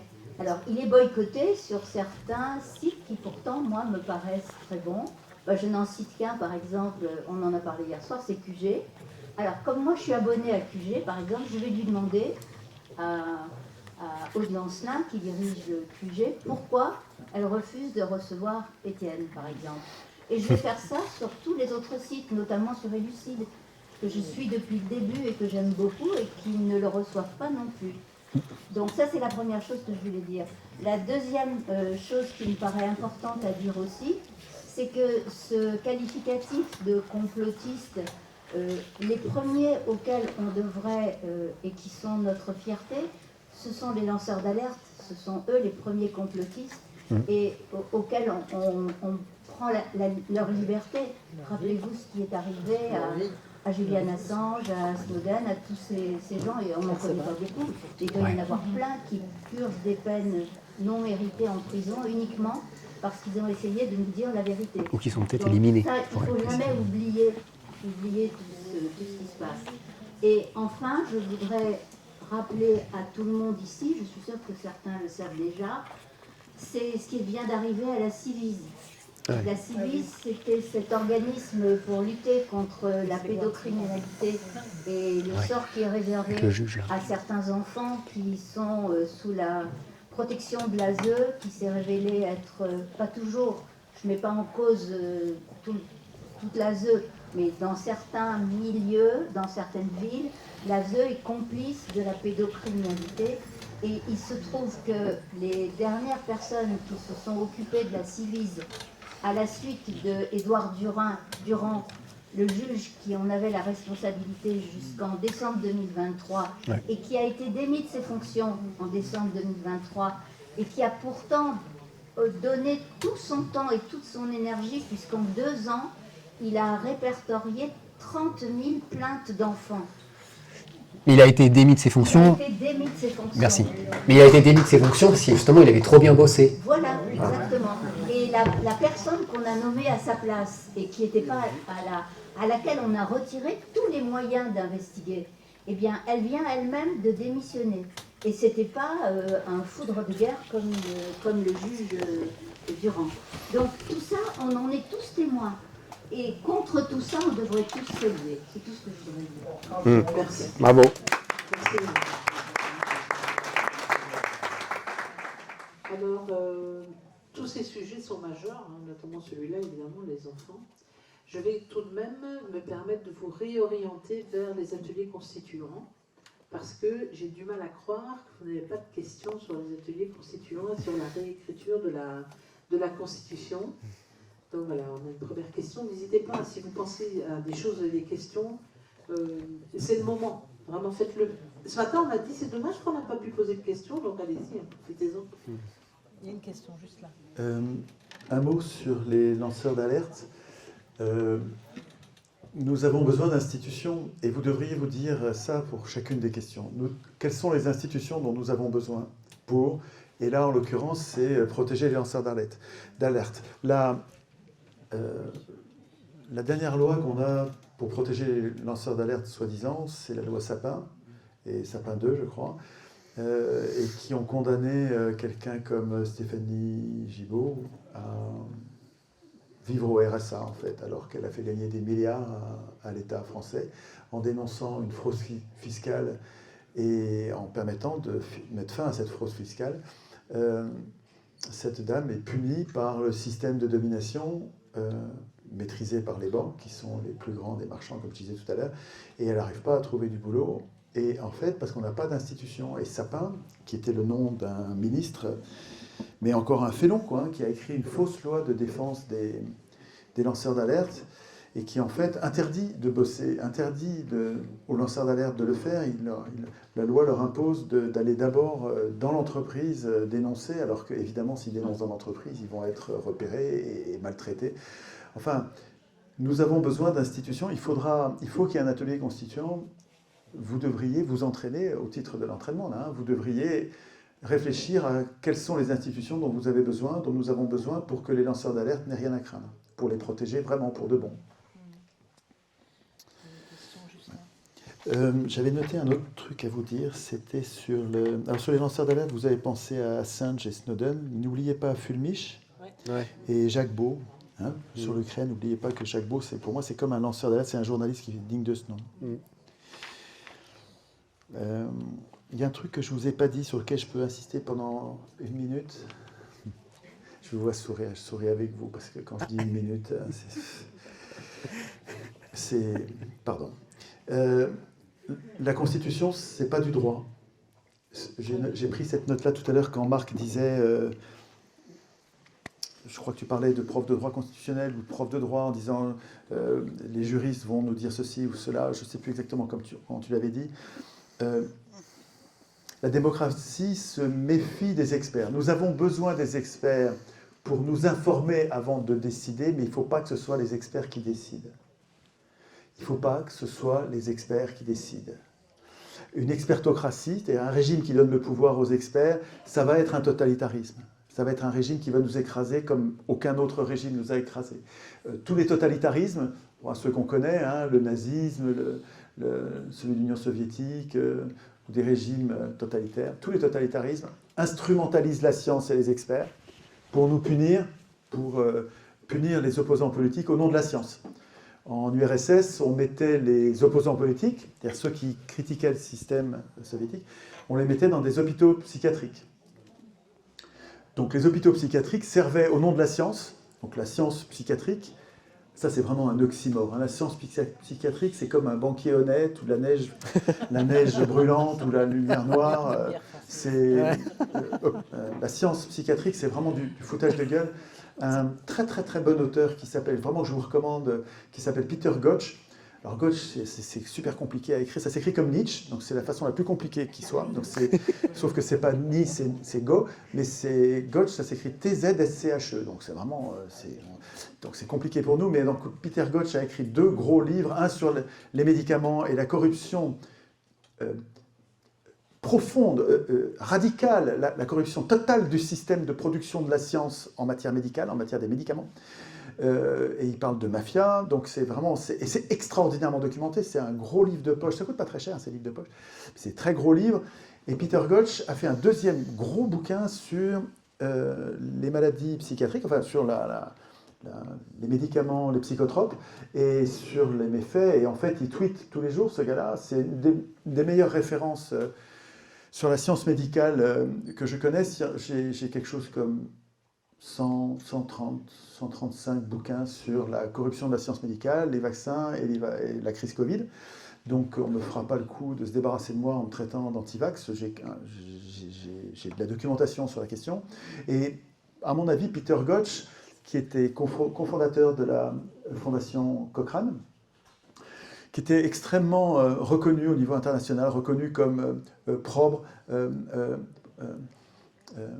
fiable, honnête, en lutte contre la corruption des laboratoires pharmaceutiques. La Fondation Cochrane a produit des rapports extrêmement importants et Gotch en est un des cofondateurs. Et lui, il dit encore aujourd'hui, encore la semaine dernière, il dit il faut supprimer la profession de psychiatre. Ces gens-là ne sont pas capables de s'amender, ils ne sont pas capables de se corriger. Et ils prescrivent des médicaments qui sont littéralement des poisons, qui ont des milliers, des centaines de milliers, des millions de morts sur la conscience, parce que en fait, ils nous dérégulent, ils nous détruisent la chimie du cerveau, comme des expériences, littéralement. La science des médecins, la science des médicaments du cerveau est une pseudo-science ultra dangereuse. Et donc les systèmes totalitaires instrumentalisent, c'était une parenthèse sur le psychiatrique, il faudrait que je fasse un atelier constituant sur les hôpitaux psychiatriques. Je pense que nous devrions écrire un article ou plusieurs de constitution pour nous protéger de cette manière de se débarrasser des opposants politiques. C'est-à-dire de nous médicaliser, de médicaliser les opposants en disant ceux-là, c'est des paranoïaques, quoi. C'est des complotistes, ça veut dire qu'ils voient trop de complots, et donc, vous allez voir, ils vont être paranoïaques, et donc ça va justifier scientifiquement, entre guillemets, l'enfermement des opposants politiques, ce qui serait une catastrophe, parce qu'une fois que vous avez enfermé les opposants, il n'y a plus d'opposants. Hein, donc vous vous retrouvez avec une société dans laquelle les tyrans sont en roue libre. Ils font vraiment ce qu'ils veulent. Donc c'est très important de réfléchir à ça avant que ça arrive. C'est en train d'arriver. J'ai reçu il y a 2 jours, non, il n'y a pas 2 jours, il y a une grosse semaine, le DSM. Probablement, il y a nombreux parmi vous qui ne savent pas ce que c'est. Le DSM, c'est un bouquin qui est très épais, ça fait plus de 1000 pages, 1500 pages. C'est un catalogue des maladies mentales. Le DSM, on en est au DSM 5. Ça vaut 150 € ce truc-là, donc c'est tellement cher que personne ne va l'acheter, c'est un dictionnaire des maladies mortales. Le problème, c'est que ce truc est devenu tellement énorme, en fait, il grossit tellement vite qu'il permet de traiter malade mental n'importe qui, en fait. Quelqu'un qui a une petite saute d'humeur pendant qu'il s'arrête de fumer, on dit, lui, c'est tel domaine, on lui donne un nom à cette maladie et on met un médicament qu'il va falloir lui donner. Il faut comprendre que le DSM, cet énorme document, ce document qui est en train de devenir énorme, qui est le catalogue des maladies mentales, est un outil politique redoutable pour la dissidence, pour l'opposition. Ils sont en train de préparer un outil scientifique d'enfermement et d'accusation des opposants politiques. Et donc j'ai reçu le DSM, je l'ai commandé, et j'ai commandé aussi un livre qui va avec, qui dans mon esprit va avec, qui est écrit par un des auteurs du DSM-3. C'était encore un petit livre à l'époque, et qui, quand il a vu le DSM-4 et puis le DSM-5, il a écrit un livre pour dire « mais c'est scandaleux, ça grossit beaucoup trop ». Le gars, il était l'auteur du DSM. Le DSM, il tempête au point d'écrire un livre, un gros livre documenté pour dire en quoi c'est scandaleux de faire de tout le monde un malade. Moi, je suis sensible, parce que je suis un opposant politique, je suis sensible au risque qu'il y a contre les opposants politiques, donc contre moi, entre autres. Donc j'y suis sensible et donc j'y travaille. Mais je pense que nous sommes tous concernés par ce truc-là. Voilà, c'est sur le psychiatre. Oui, excusez-moi, c'était pas encore assez long. J'étais en train de vous dire, méfiez-vous des experts, parce que c'était de là que j'étais parti, vous vous souvenez. Et en fait, nous avons besoin d'écouter les experts pour décider. Sur la plupart des sujets, on ne connaît rien à rien. Ok, d'accord, on est d'accord. Mais sur chaque sujet, il y a des experts pour et des experts contre. Il y a les experts, mais ils ne sont pas d'accord. Donc, quand vous donnez le pouvoir à un expert de décider, et qu'est-ce que vous faites de l'expert qui n'est pas d'accord avec lui? Donc, ce n'est pas raisonnable du tout de donner... il faut comprendre que les experts, même si c'est des gens bien, ils vont avoir une tendance naturelle à tout décider à notre place. Pourquoi? Parce que quand vous êtes expert, vous vous mettez à bosser sur une question. Vous bossez, vous voyez votre niveau qui monte. Vous commencez à bien comprendre le sujet sur lequel vous vous êtes penché. Vous devenez vraiment le meilleur. Vous devenez le meilleur. Vous êtes en train de monter au-dessus des autres. Et vous voyez les autres qui savent rien, qui savent de plus en plus rien. Ils savent rien. Non, mais ils sont vraiment nuls, quoi. Et moi, j'en sais de plus en plus, L'expert, par construction, si vous voulez, même si c'est quelqu'un de bien, quelqu'un de gentil, quelqu'un de bien intentionné, par construction, naturellement, et donc il faut le savoir parce que c'est dangereux pour nous. Il va avoir tendance à se dire « je suis le seul légitime à pouvoir décider, ils sont trop cons ». Enfin, on va dire ça, mais ils sont pas capables de bien décider. Et c'est un peu vrai. Oui, vu comme ça, on n'est pas capable de décider. Ce qu'il faut comprendre, c'est que la démocratie, c'est un système d'institution de mise en scène des conflits.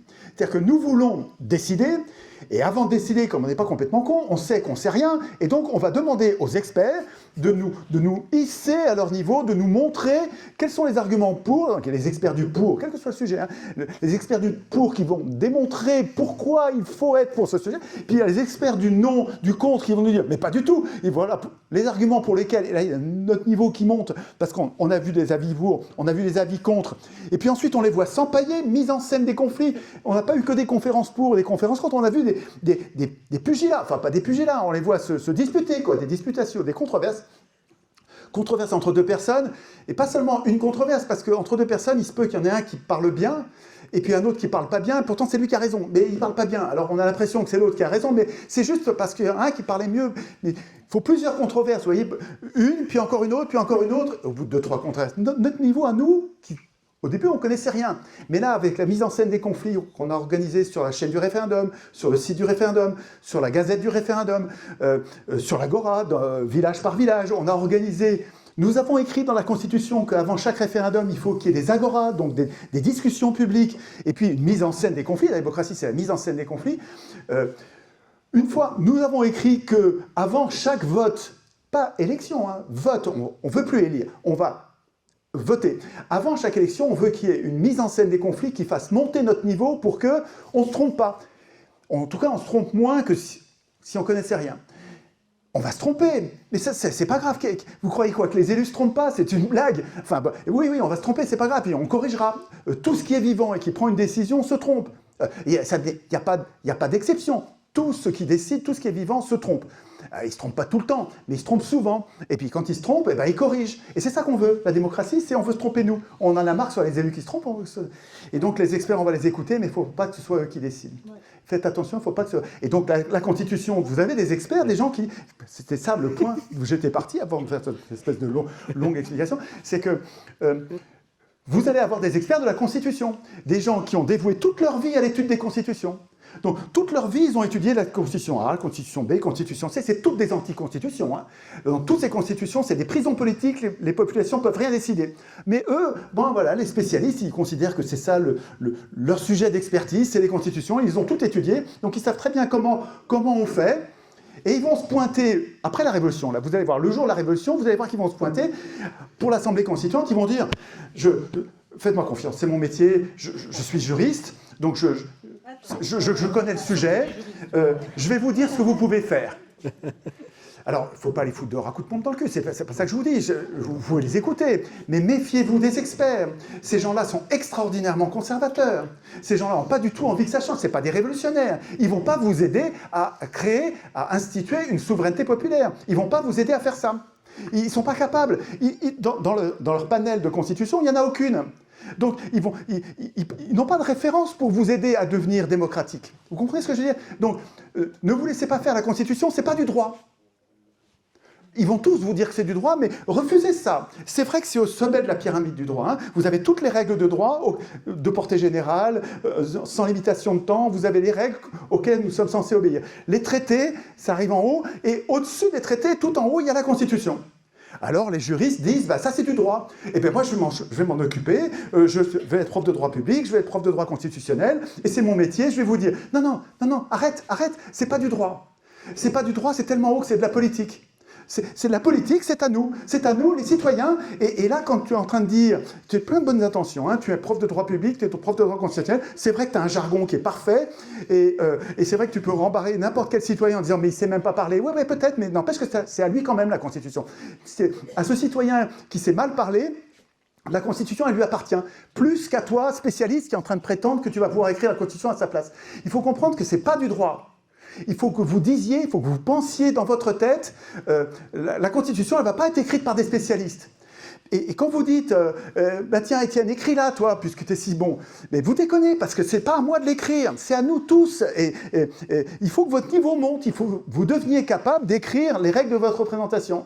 Sinon, vous n'aurez jamais de démocratie.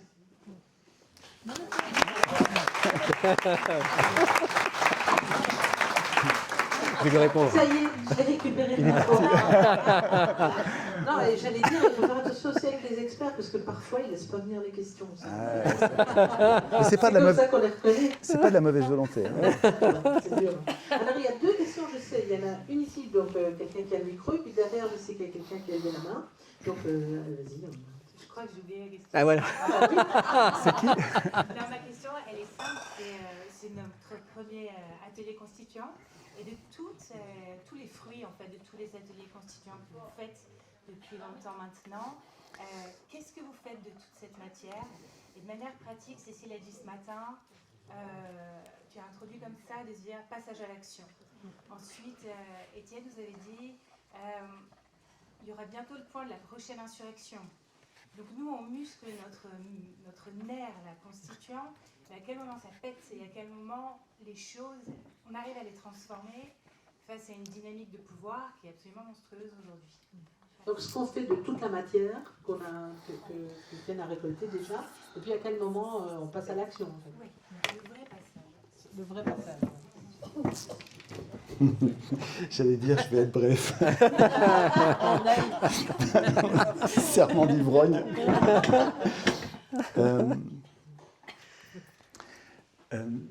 C'est important l'image que je vais prendre. Je vois les ateliers constituants comme des exercices de lignes de A et des lignes de B que font nos enfants quand on leur apprend à écrire. On leur apprend à lire et puis on leur apprend à écrire. Et pour écrire, c'est difficile. Vous vous souvenez pas, ça fait longtemps, mais au début, regardez les enfants, les A, les B. Et alors en fait, on s'entraîne à écrire des B pour qu'ils soient le mieux écrits possible. Et puis on se copie. Ils sont vachement bien tes B. Fais voir comment tu fais. Comme ça, c'est vachement bien. Donc on se copie mutuellement. Et C'est ça nos ateliers. En fait, nous apprenons à écrire, donc à lire aussi. Et nos ateliers sont les traces de nos exercices. Et pour répondre à ta question, je vais utiliser l'image, mais tu pourrais répondre du même coup là. C'est-à-dire qu'en fait, est-ce que tu gardes les A et les lignes de A et les lignes de B de tes enfants qui ont appris à écrire?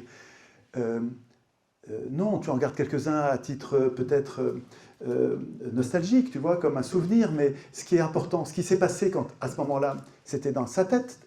Cet enfant était en train de devenir un adulte, cet enfant était en train de bâtir un outil qui va lui servir ensuite toute sa vie à prolonger sa puissance, à communiquer. Donc, en fait, c'est notre transformation que je vise par les ateliers constituants. C'est qu'en fait, il y a, au moment où j'écris pas de guerre sans référendum, je l'écris. Donc c'est plus Macron qui décide, c'est moi qui décide que lui, il ne peut pas décider sans que j'ai donné mon avis. Quand j'écris pas de guerre sans référendum, je deviens un adulte politique et c'est pas la feuille de papier que j'ai écrite qui compte, tu vois. Alors, ceci dit, tu as raison, on se passe des idées. Il est bien tombé, il est bien ton article, pas de guerre sans référendum. Ah, toi, tu as écrit en plus. Et ceux qui ont voté oui à la guerre, ils vont la faire forcément. Ah, mais ça, c'est une bonne idée. Et je vais la rajouter, ça, dans mon atelier. J'ai dit, putain, c'est une bonne idée que tu as eue. Et c'est vrai qu'on peut se passer, on peut faire monter notre niveau en nous signalant les bons articles qu'on a écrits. Mais, si tu veux, toute cette matière, comme tu dis, toute cette matière, qu'est-ce que vous en faites? Pour moi, ce n'est pas l'essentiel. L'essentiel, c'est qu'on soit nombreux à se transformer comme ça, tu vois, à comprendre cette espèce d'effervescence qu'il y a dans les ateliers où, en fait, on sent qu'il y a comme une ruche. Et c'est une activité qu'on ne nous a jamais appris à l'école, et nous sommes en train d'apprendre nous-mêmes, sans que l'école, parce que l'école, on a bien compris qu'elle nous apprend que l'élection, c'est la démocratie, donc ça va, l'école, elle peut se tromper, quoi. Hein. Et donc, en fait, c'est l'éducation populaire qu'on fait. Entre nous, nous apprenons à penser en politique adulte. Plus qu'utiliser cette matière, je trouve que la contagion, c'est plus important. Quand tu me demandes qu'est-ce qu'il faut faire, quelle action, vous savez, ce matin, je vous avais dit les conseils de Léo Giraud, qui fait partie du MCP, du Mouvement Constituant Populaire. Il dit, bon, voilà, je vous donne mon ordonnance, une ordonnance de médecin démocratique, de médecin politique. Voilà ce que je vous conseille de faire. Vous voulez savoir quoi faire, je vous dis. Prenez conscience de la priorité constituante. Donc là, vous écoutez des conférences, vous allez... Je ne suis pas le seul, hein, enfin, je ne suis pas le seul... Bah si, je suis presque le seul. Il n'y en a pas beaucoup. C'est complètement dingue. Je ne comprends pas. Ça fait 20 ans que je défends l'idée d'une priorité constituante. J'en parle à plein d'intellectuels. J'en ai parlé à Onfray, j'en ai parlé à Sapir, j'en parle à tout le monde. Je connais plein d'intellectuels. Il n'y en a aucun pour percuter. Ils prennent pas l'idée à leur... Il n'y a qu'un intellectuel qui défend l'idée que seul le peuple est capable d'écrire lui-même sa constitution et donc une vraie démocratie. C'est quand même pas compliqué, c'est quand même pas sorcier, c'est quand même bien documenté, c'est bien argumenté. Il n'y en a pas un pour percuter, mais qu'est-ce que c'est que ce truc? Donc, on ne peut pas compter sur eux, donc il faut en fait qu'on compte sur nous-mêmes, c'est-à-dire qu'en fait, il faut...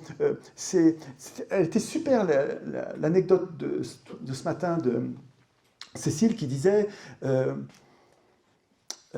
on a organisé des réunions pour faire du lien dans notre quartier, où on venait d'arriver, ça faisait 5 ans, on connaissait personne, c'est incroyable, ça ne nous ressemble pas, me disait-elle ce matin, et on s'est dit, mais comment on va faire avec Thierry? Eh bien, on a organisé une petite réunion avec 4-5 personnes, et on leur a demandé, venez avec un voisin. Un voisin. Donc, contaminer une personne. Et ils sont venus, donc ils ont été... Et puis en fait, en quelques mois, à chaque fois, quand ils se quittaient, ils disaient, revenez avec un voisin. Donc même les nouveaux, on leur disait revenez avec un voisin.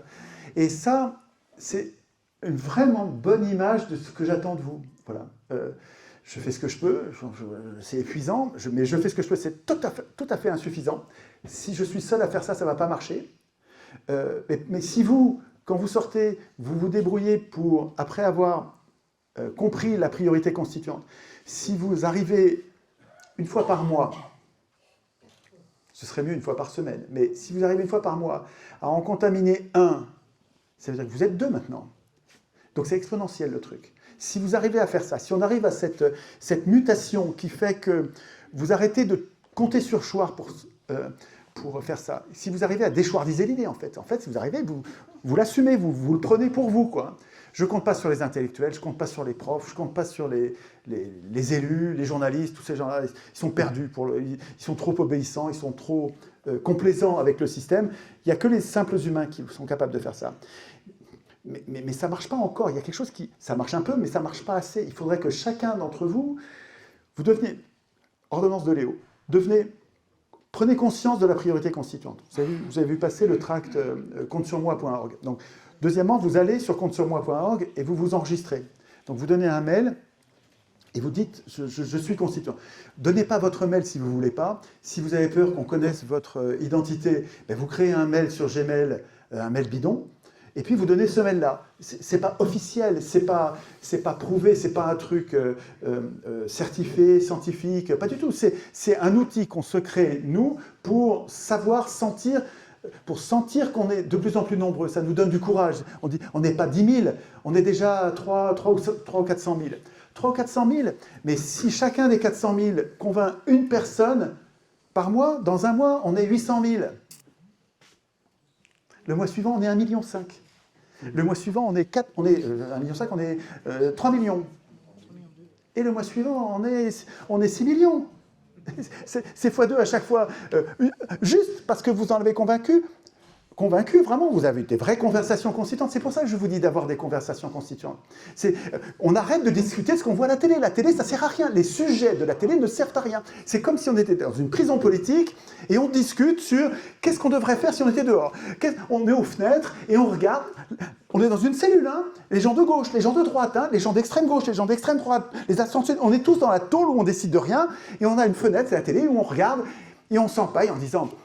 Ouais, ce qu'il faudrait faire, c'est... Il faudrait avoir une politique de gauche. Ouais, gauchiste, connard, il faudrait prendre une politique de droite. Ouais, fasciste, salaud. Et on se dispute, ça ne sert à rien, on est dans une prison. Nos disputes, nos querelles, même nos discussions pacifiées, hein, toutes nos discussions qui ne sont pas le plan de l'évasion, la réflexion sur l'évasion, c'est-à-dire sur la Constitution. Nous devrions écrire nous-mêmes la Constitution. Et quand on est nombreux, ça va marcher. Mais au lieu de ça, nos discussions, elles sont vaines, elles servent à rien. On discutaille, on bavardouille, on perd son temps avec nos discussions. Donc, quand vous vous inscrivez sur le compteur, vous dites, ça y est, j'ai compris, il y a une priorité constituante, j'arrête de perdre mon temps avec des sujets à la con, des sujets super importants. Oui, ok, l'Union européenne, super important, j'ai passé ma vie là-dessus. Donc, oui, super important, mais ça ne sert à rien d'en parler, ça ne sert à rien, il faut qu'on organise l'évasion. Parce que quand on va s'évader des deux prisons, la prison nationale de la Constitution de 58 et la prison internationale de la Constitution européenne. Parce que ces salauds de représentants, ils nous ont déjà mis dans une prison au XVIIIe siècle, Révolution française, ils nous ont mis dans la Constitution nationale, donc le système d'exploitation parlementaire, comme je l'appelle, hein, ils nous ont mis dans une prison politique. Mais ce n'était pas encore assez. Ils avaient peur qu'on s'émancipe en votant comme ils ont voté pour Chavez, ou comme ils ont voté pour Kadhafi, ou comme ils ont voté pour des amis du peuple. Donc, pour que ce soit vraiment pas possible du tout, ils nous ont mis un deuxième mur d'enceinte, donc une deuxième prison autour de la première, qui est la Constitution européenne. Mais... donc il y a des gens qui disent qu'il faut sortir de l'Union européenne. Oui, c'est vrai, il faut sortir de l'Union européenne. Mais si vous sortez de l'Union européenne, vous serez encore dans la prison politique de 58. Donc vous serez encore prisonnier politique, vous serez encore des enfants. Vous n'aurez pas avancé d'un iota. Donc en fait, ce qu'il faut, c'est que vous deveniez constituant. Et en devenant constituant, vous allez devenir... Et si on devient massivement, quoi, hein, des adultes politiques, on va sortir d'un coup des deux enceintes, des deux prisons. On va s'émanciper vraiment. Mais il faut... vous avez une responsabilité personnelle dans ce processus. Vous ne pouvez pas vous contenter de rentrer chez vous en disant « il parle bien ce gars-là, on a passé un bon moment, c'était bien, c'était intéressant cet après-midi ». Et si vous faites ça, vous tuez l'idée, vous comprenez. Il faut absolument que vous deveniez...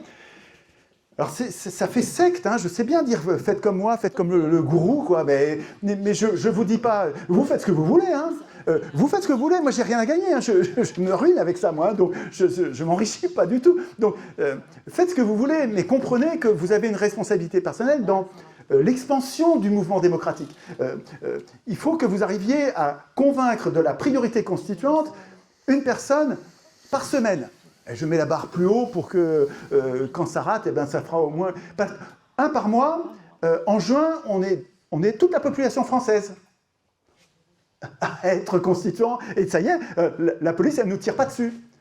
Si nous sommes des millions, pas 1 million, hein, 1 million, la police, elle va elle n'est pas légitime à nous tirer dessus, mais elle est légitime à nous dire « rentrez chez vous », parce qu'il y en a encore 49 millions qui sont chez eux et qui ne font rien. 1 million, c'est pas assez. Mais si vous en convainquez un par mois, entendez-moi, on va être très vite très nombreux, et là la police elle tire pas sur tout le monde. Et c'est là que les révolutions marchent, c'est que quand la police passe du côté du peuple, elle ne nous tire pas dessus, on renverse le pouvoir. Et pour la première fois du monde, au lieu d'élire l'Assemblée constituante, ce qui se passe partout dans toutes les révolutions, toutes les insurrections du monde, on élit l'Assemblée constituante. Et à chaque fois, on replonge dans les chaînes. Là, pour une fois, on va refuser. On va être des millions à renverser et des millions à dire...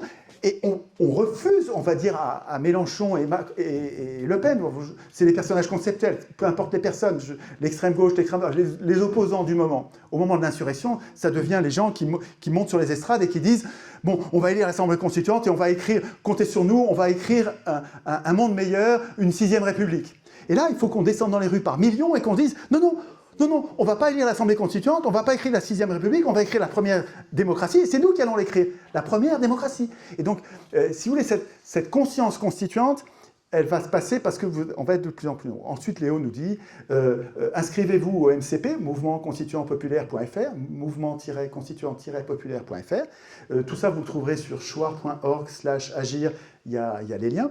Inscrivez-vous, nous dit Léo, sur le MCP.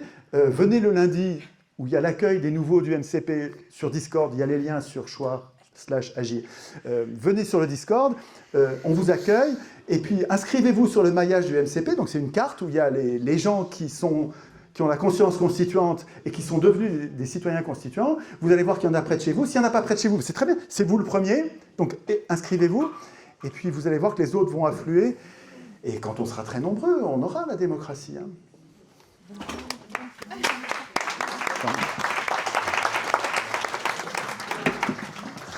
Donc, tout à l'heure, je vous ai dit que Étienne n'avait pas participé au Doctoton parce que c'était 3 minutes de parole par personne. Pardon. Maintenant, vous savez C'est la passion. Pardon, alors, c'est la passion. J'aime bien titiller un petit peu. Oui, t'as raison, t'as raison. Alors, on va encore prendre une question et puis on fera une petite pause de 15 minutes. Et juste avant, je voudrais dire quelque chose. Donc, on a encore une question avec une réponse courte. Et après, je donnerai la parole à Anita. Okay. Bonsoir.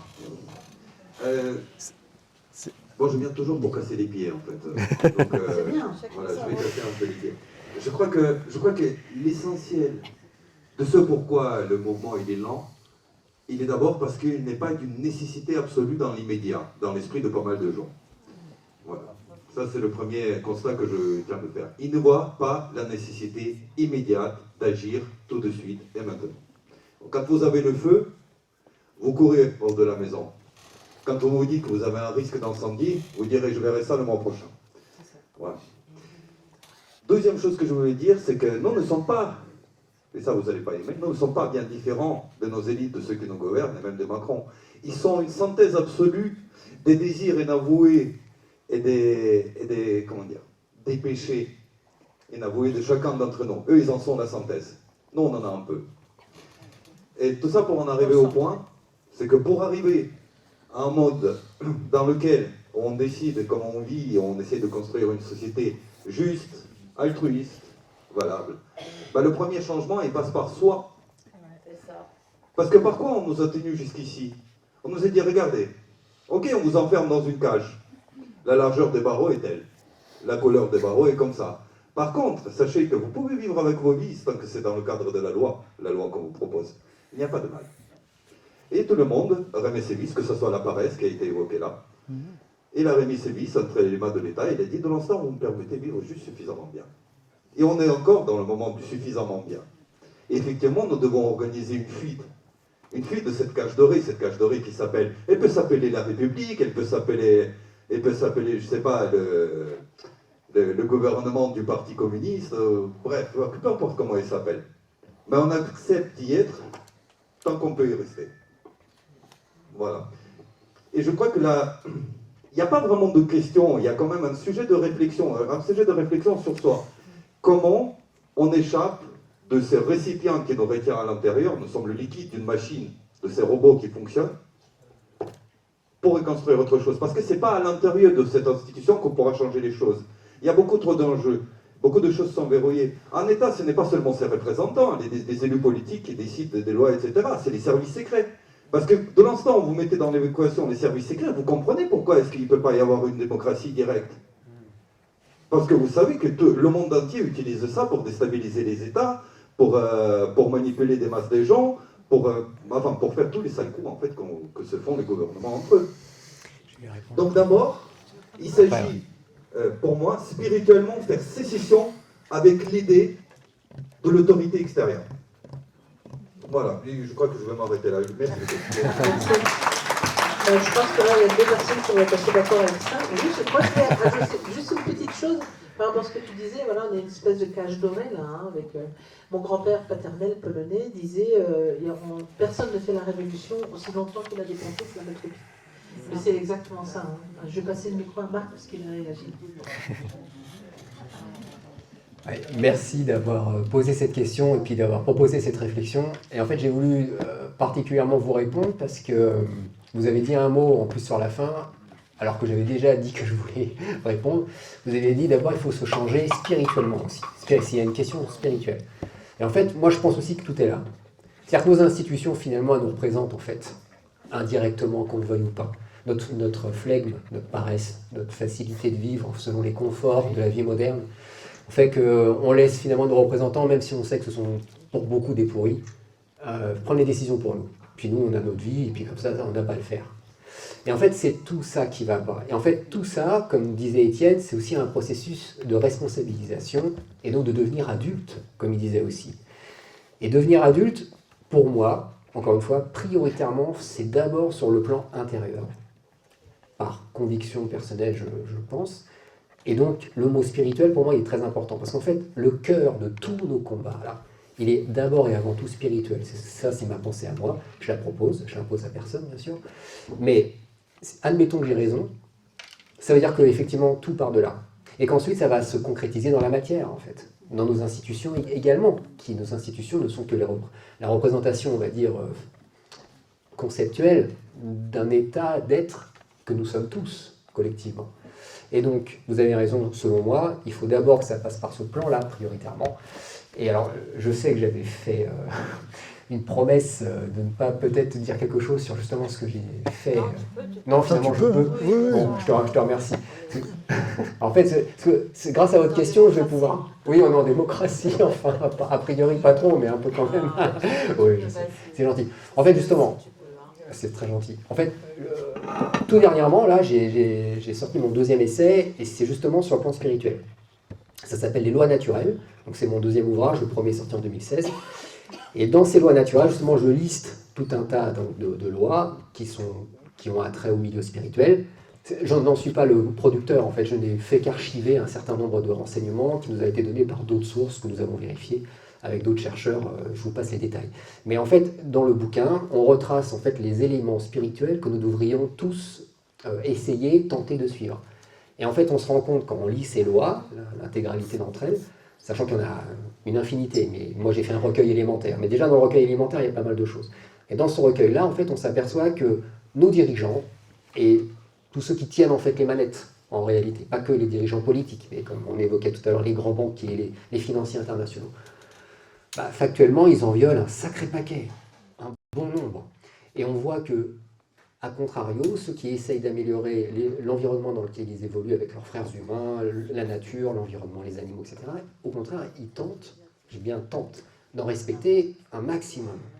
Et en fait, c'est comme une ligne directrice au final. Si tous on essaye peut-être de s'appliquer à soi-même certains concepts qui attraient à des idéaux, même parfois dans l'histoire des civilisations, qui sont un peu liées aux religions, etc., les vertus qui sont en fait intégrées dans ces lois qu'on a essayé de décrire, eh bien en fait on a la réponse. Parce que si chacun on devient adulte avec ce processus de croissance personnelle, on peut arriver petit à petit, parce que comme je le disais avec Étienne, c'est un processus qui met un certain temps à être établi, mais à un moment donné je pense qu'on y arrivera. D'ailleurs je pense que c'est le sens de l'évolution. On chute, on fait des échecs, on apprend en fait grâce à ça, et c'est comme ça qu'on évolue. C'est par des crises, par des échecs, on remonte, on se remet à cheval et on continue. Et on continue jusqu'à aujourd'hui. Voilà, les premiers hommes, les premiers primates, à aujourd'hui, on a fait du chemin. Il nous en reste encore beaucoup, mais déjà on peut constater tout le chemin du passé sur les centaines de milliers d'années, les millions d'années qui sont écoulées depuis les premiers hommes. Et donc, les concepts qu'on a appris à développer, les idéaux, etc., qui étaient des concepts abstraits, aujourd'hui, on en est capable, on n'en était pas capable il y a encore quelques centaines de milliers d'années, c'était beaucoup plus simple, et bien on va encore évoluer. Et je pense que ça fait partie du problème, ou de la solution plus exactement. Spirituellement, on se recentre, on change nous-mêmes, en plus ça se propage automatiquement et plus facilement aux autres, et ensuite la société elle-même change. Voilà, donc je suis complètement d'accord avec vous, et pardon d'avoir fait cette petite publicité entre parenthèses. Merci à vous.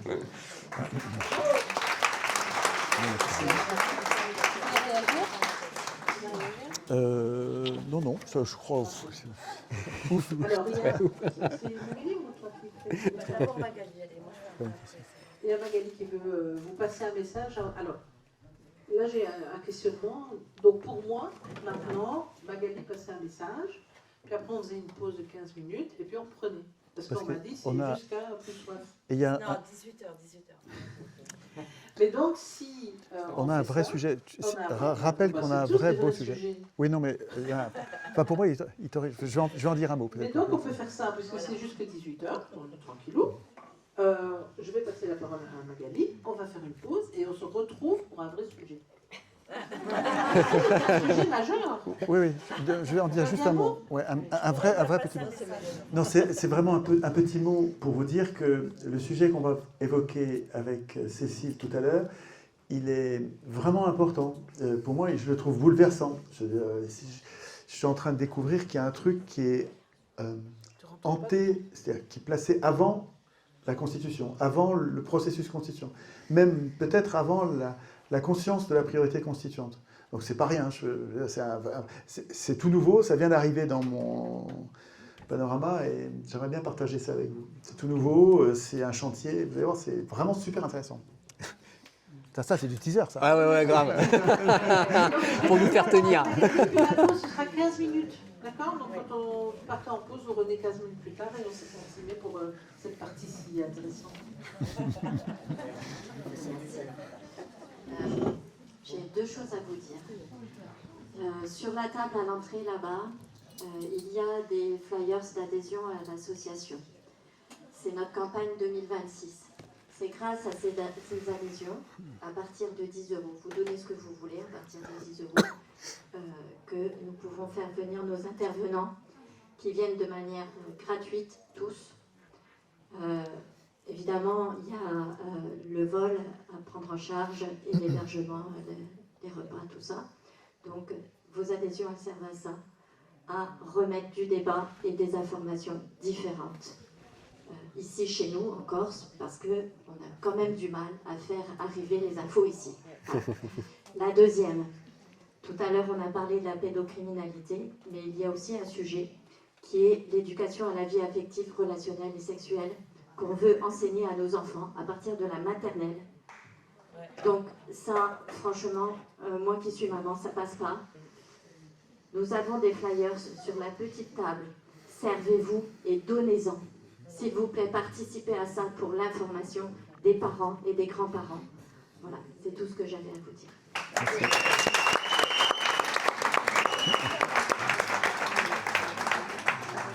Alors moi j'ai une dernière chose à dire. En fait on a réfléchi, on a discuté entre quelques-uns d'entre nous et nous allons mettre en place une fois par mois des ateliers constituants. Pour ceux qui veulent participer aux ateliers constituants avec nous, vous pouvez écrire vos noms, prénoms, toutes vos coordonnées sur cette feuille qui va circuler. Voilà, donc ça sera mis en place assez rapidement. Certains d'entre nous avaient déjà l'habitude. Ah, c'est un chien. Elle fait ouh. Il veut participer. Voilà, donc des petits ateliers constituants pour ceux qui ont envie de participer pour essayer de faire changer les choses. Super. Voilà. Première action concrète. Bien joué.